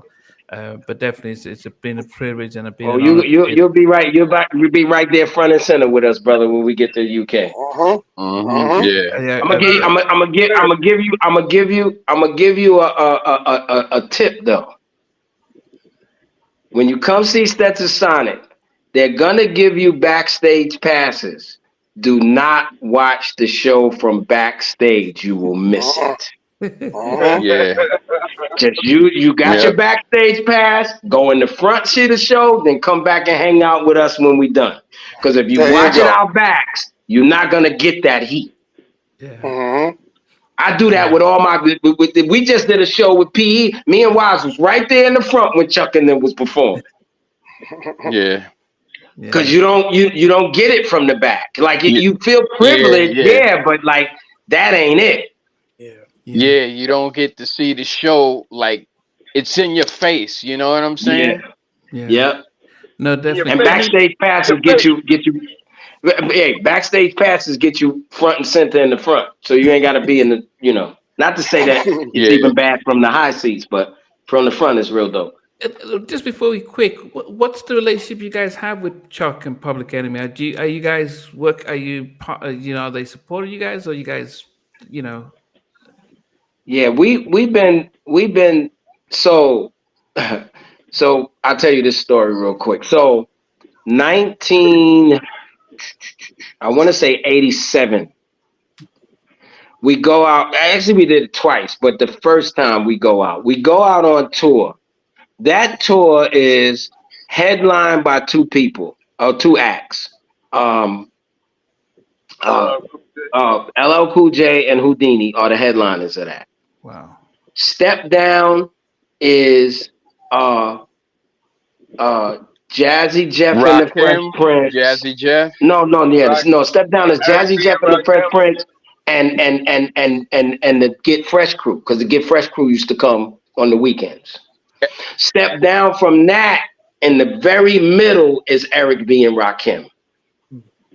And then the two opening acts before EPMD came on, the two opening acts in the beginning is Stetsasonic and Public Enemy. Now, all of those acts that I just told you all had their own bus.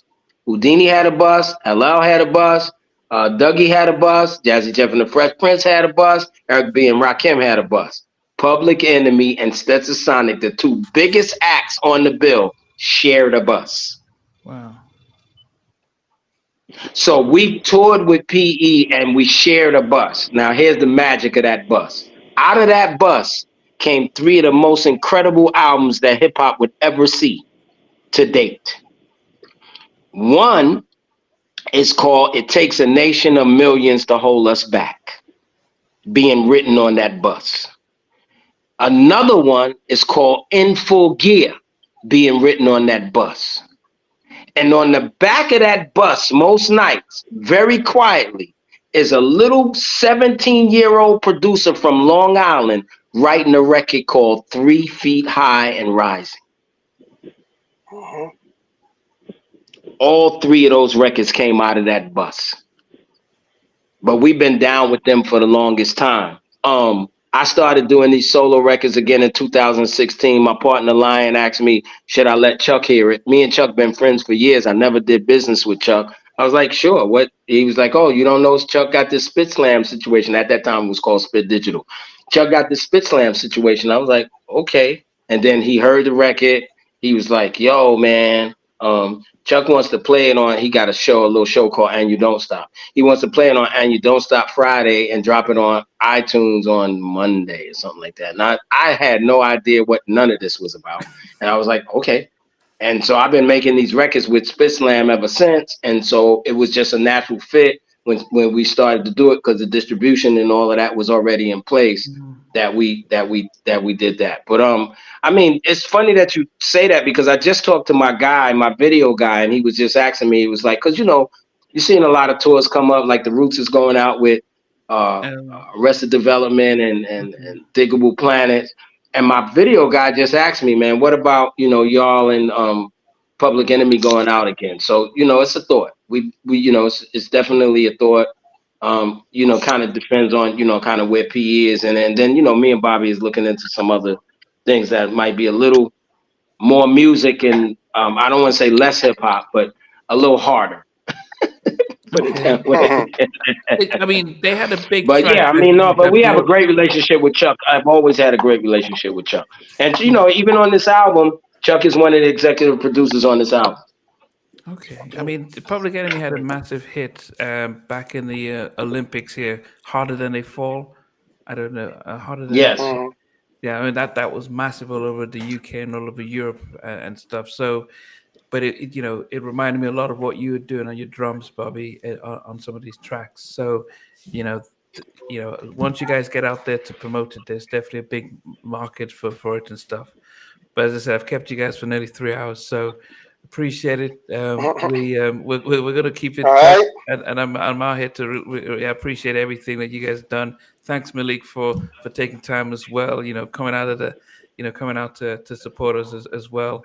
And hopefully next time we'll get Paul as well, so to show that yes, as you guys promote the second and third and stuff. Yes, sir. Okay. We will be back. No, Steph. Yeah. Okay. All right, baby. Shout out to Delite in the car the whole time. I know you ready. I know, right? Delite ready to get to that Knicks game. I know, right? Step on the gas, Delite. Yeah, Reggie Miller actually there tonight, so we gonna do it in your face, boy. All right, y'all. All right, y'all. All right, peace.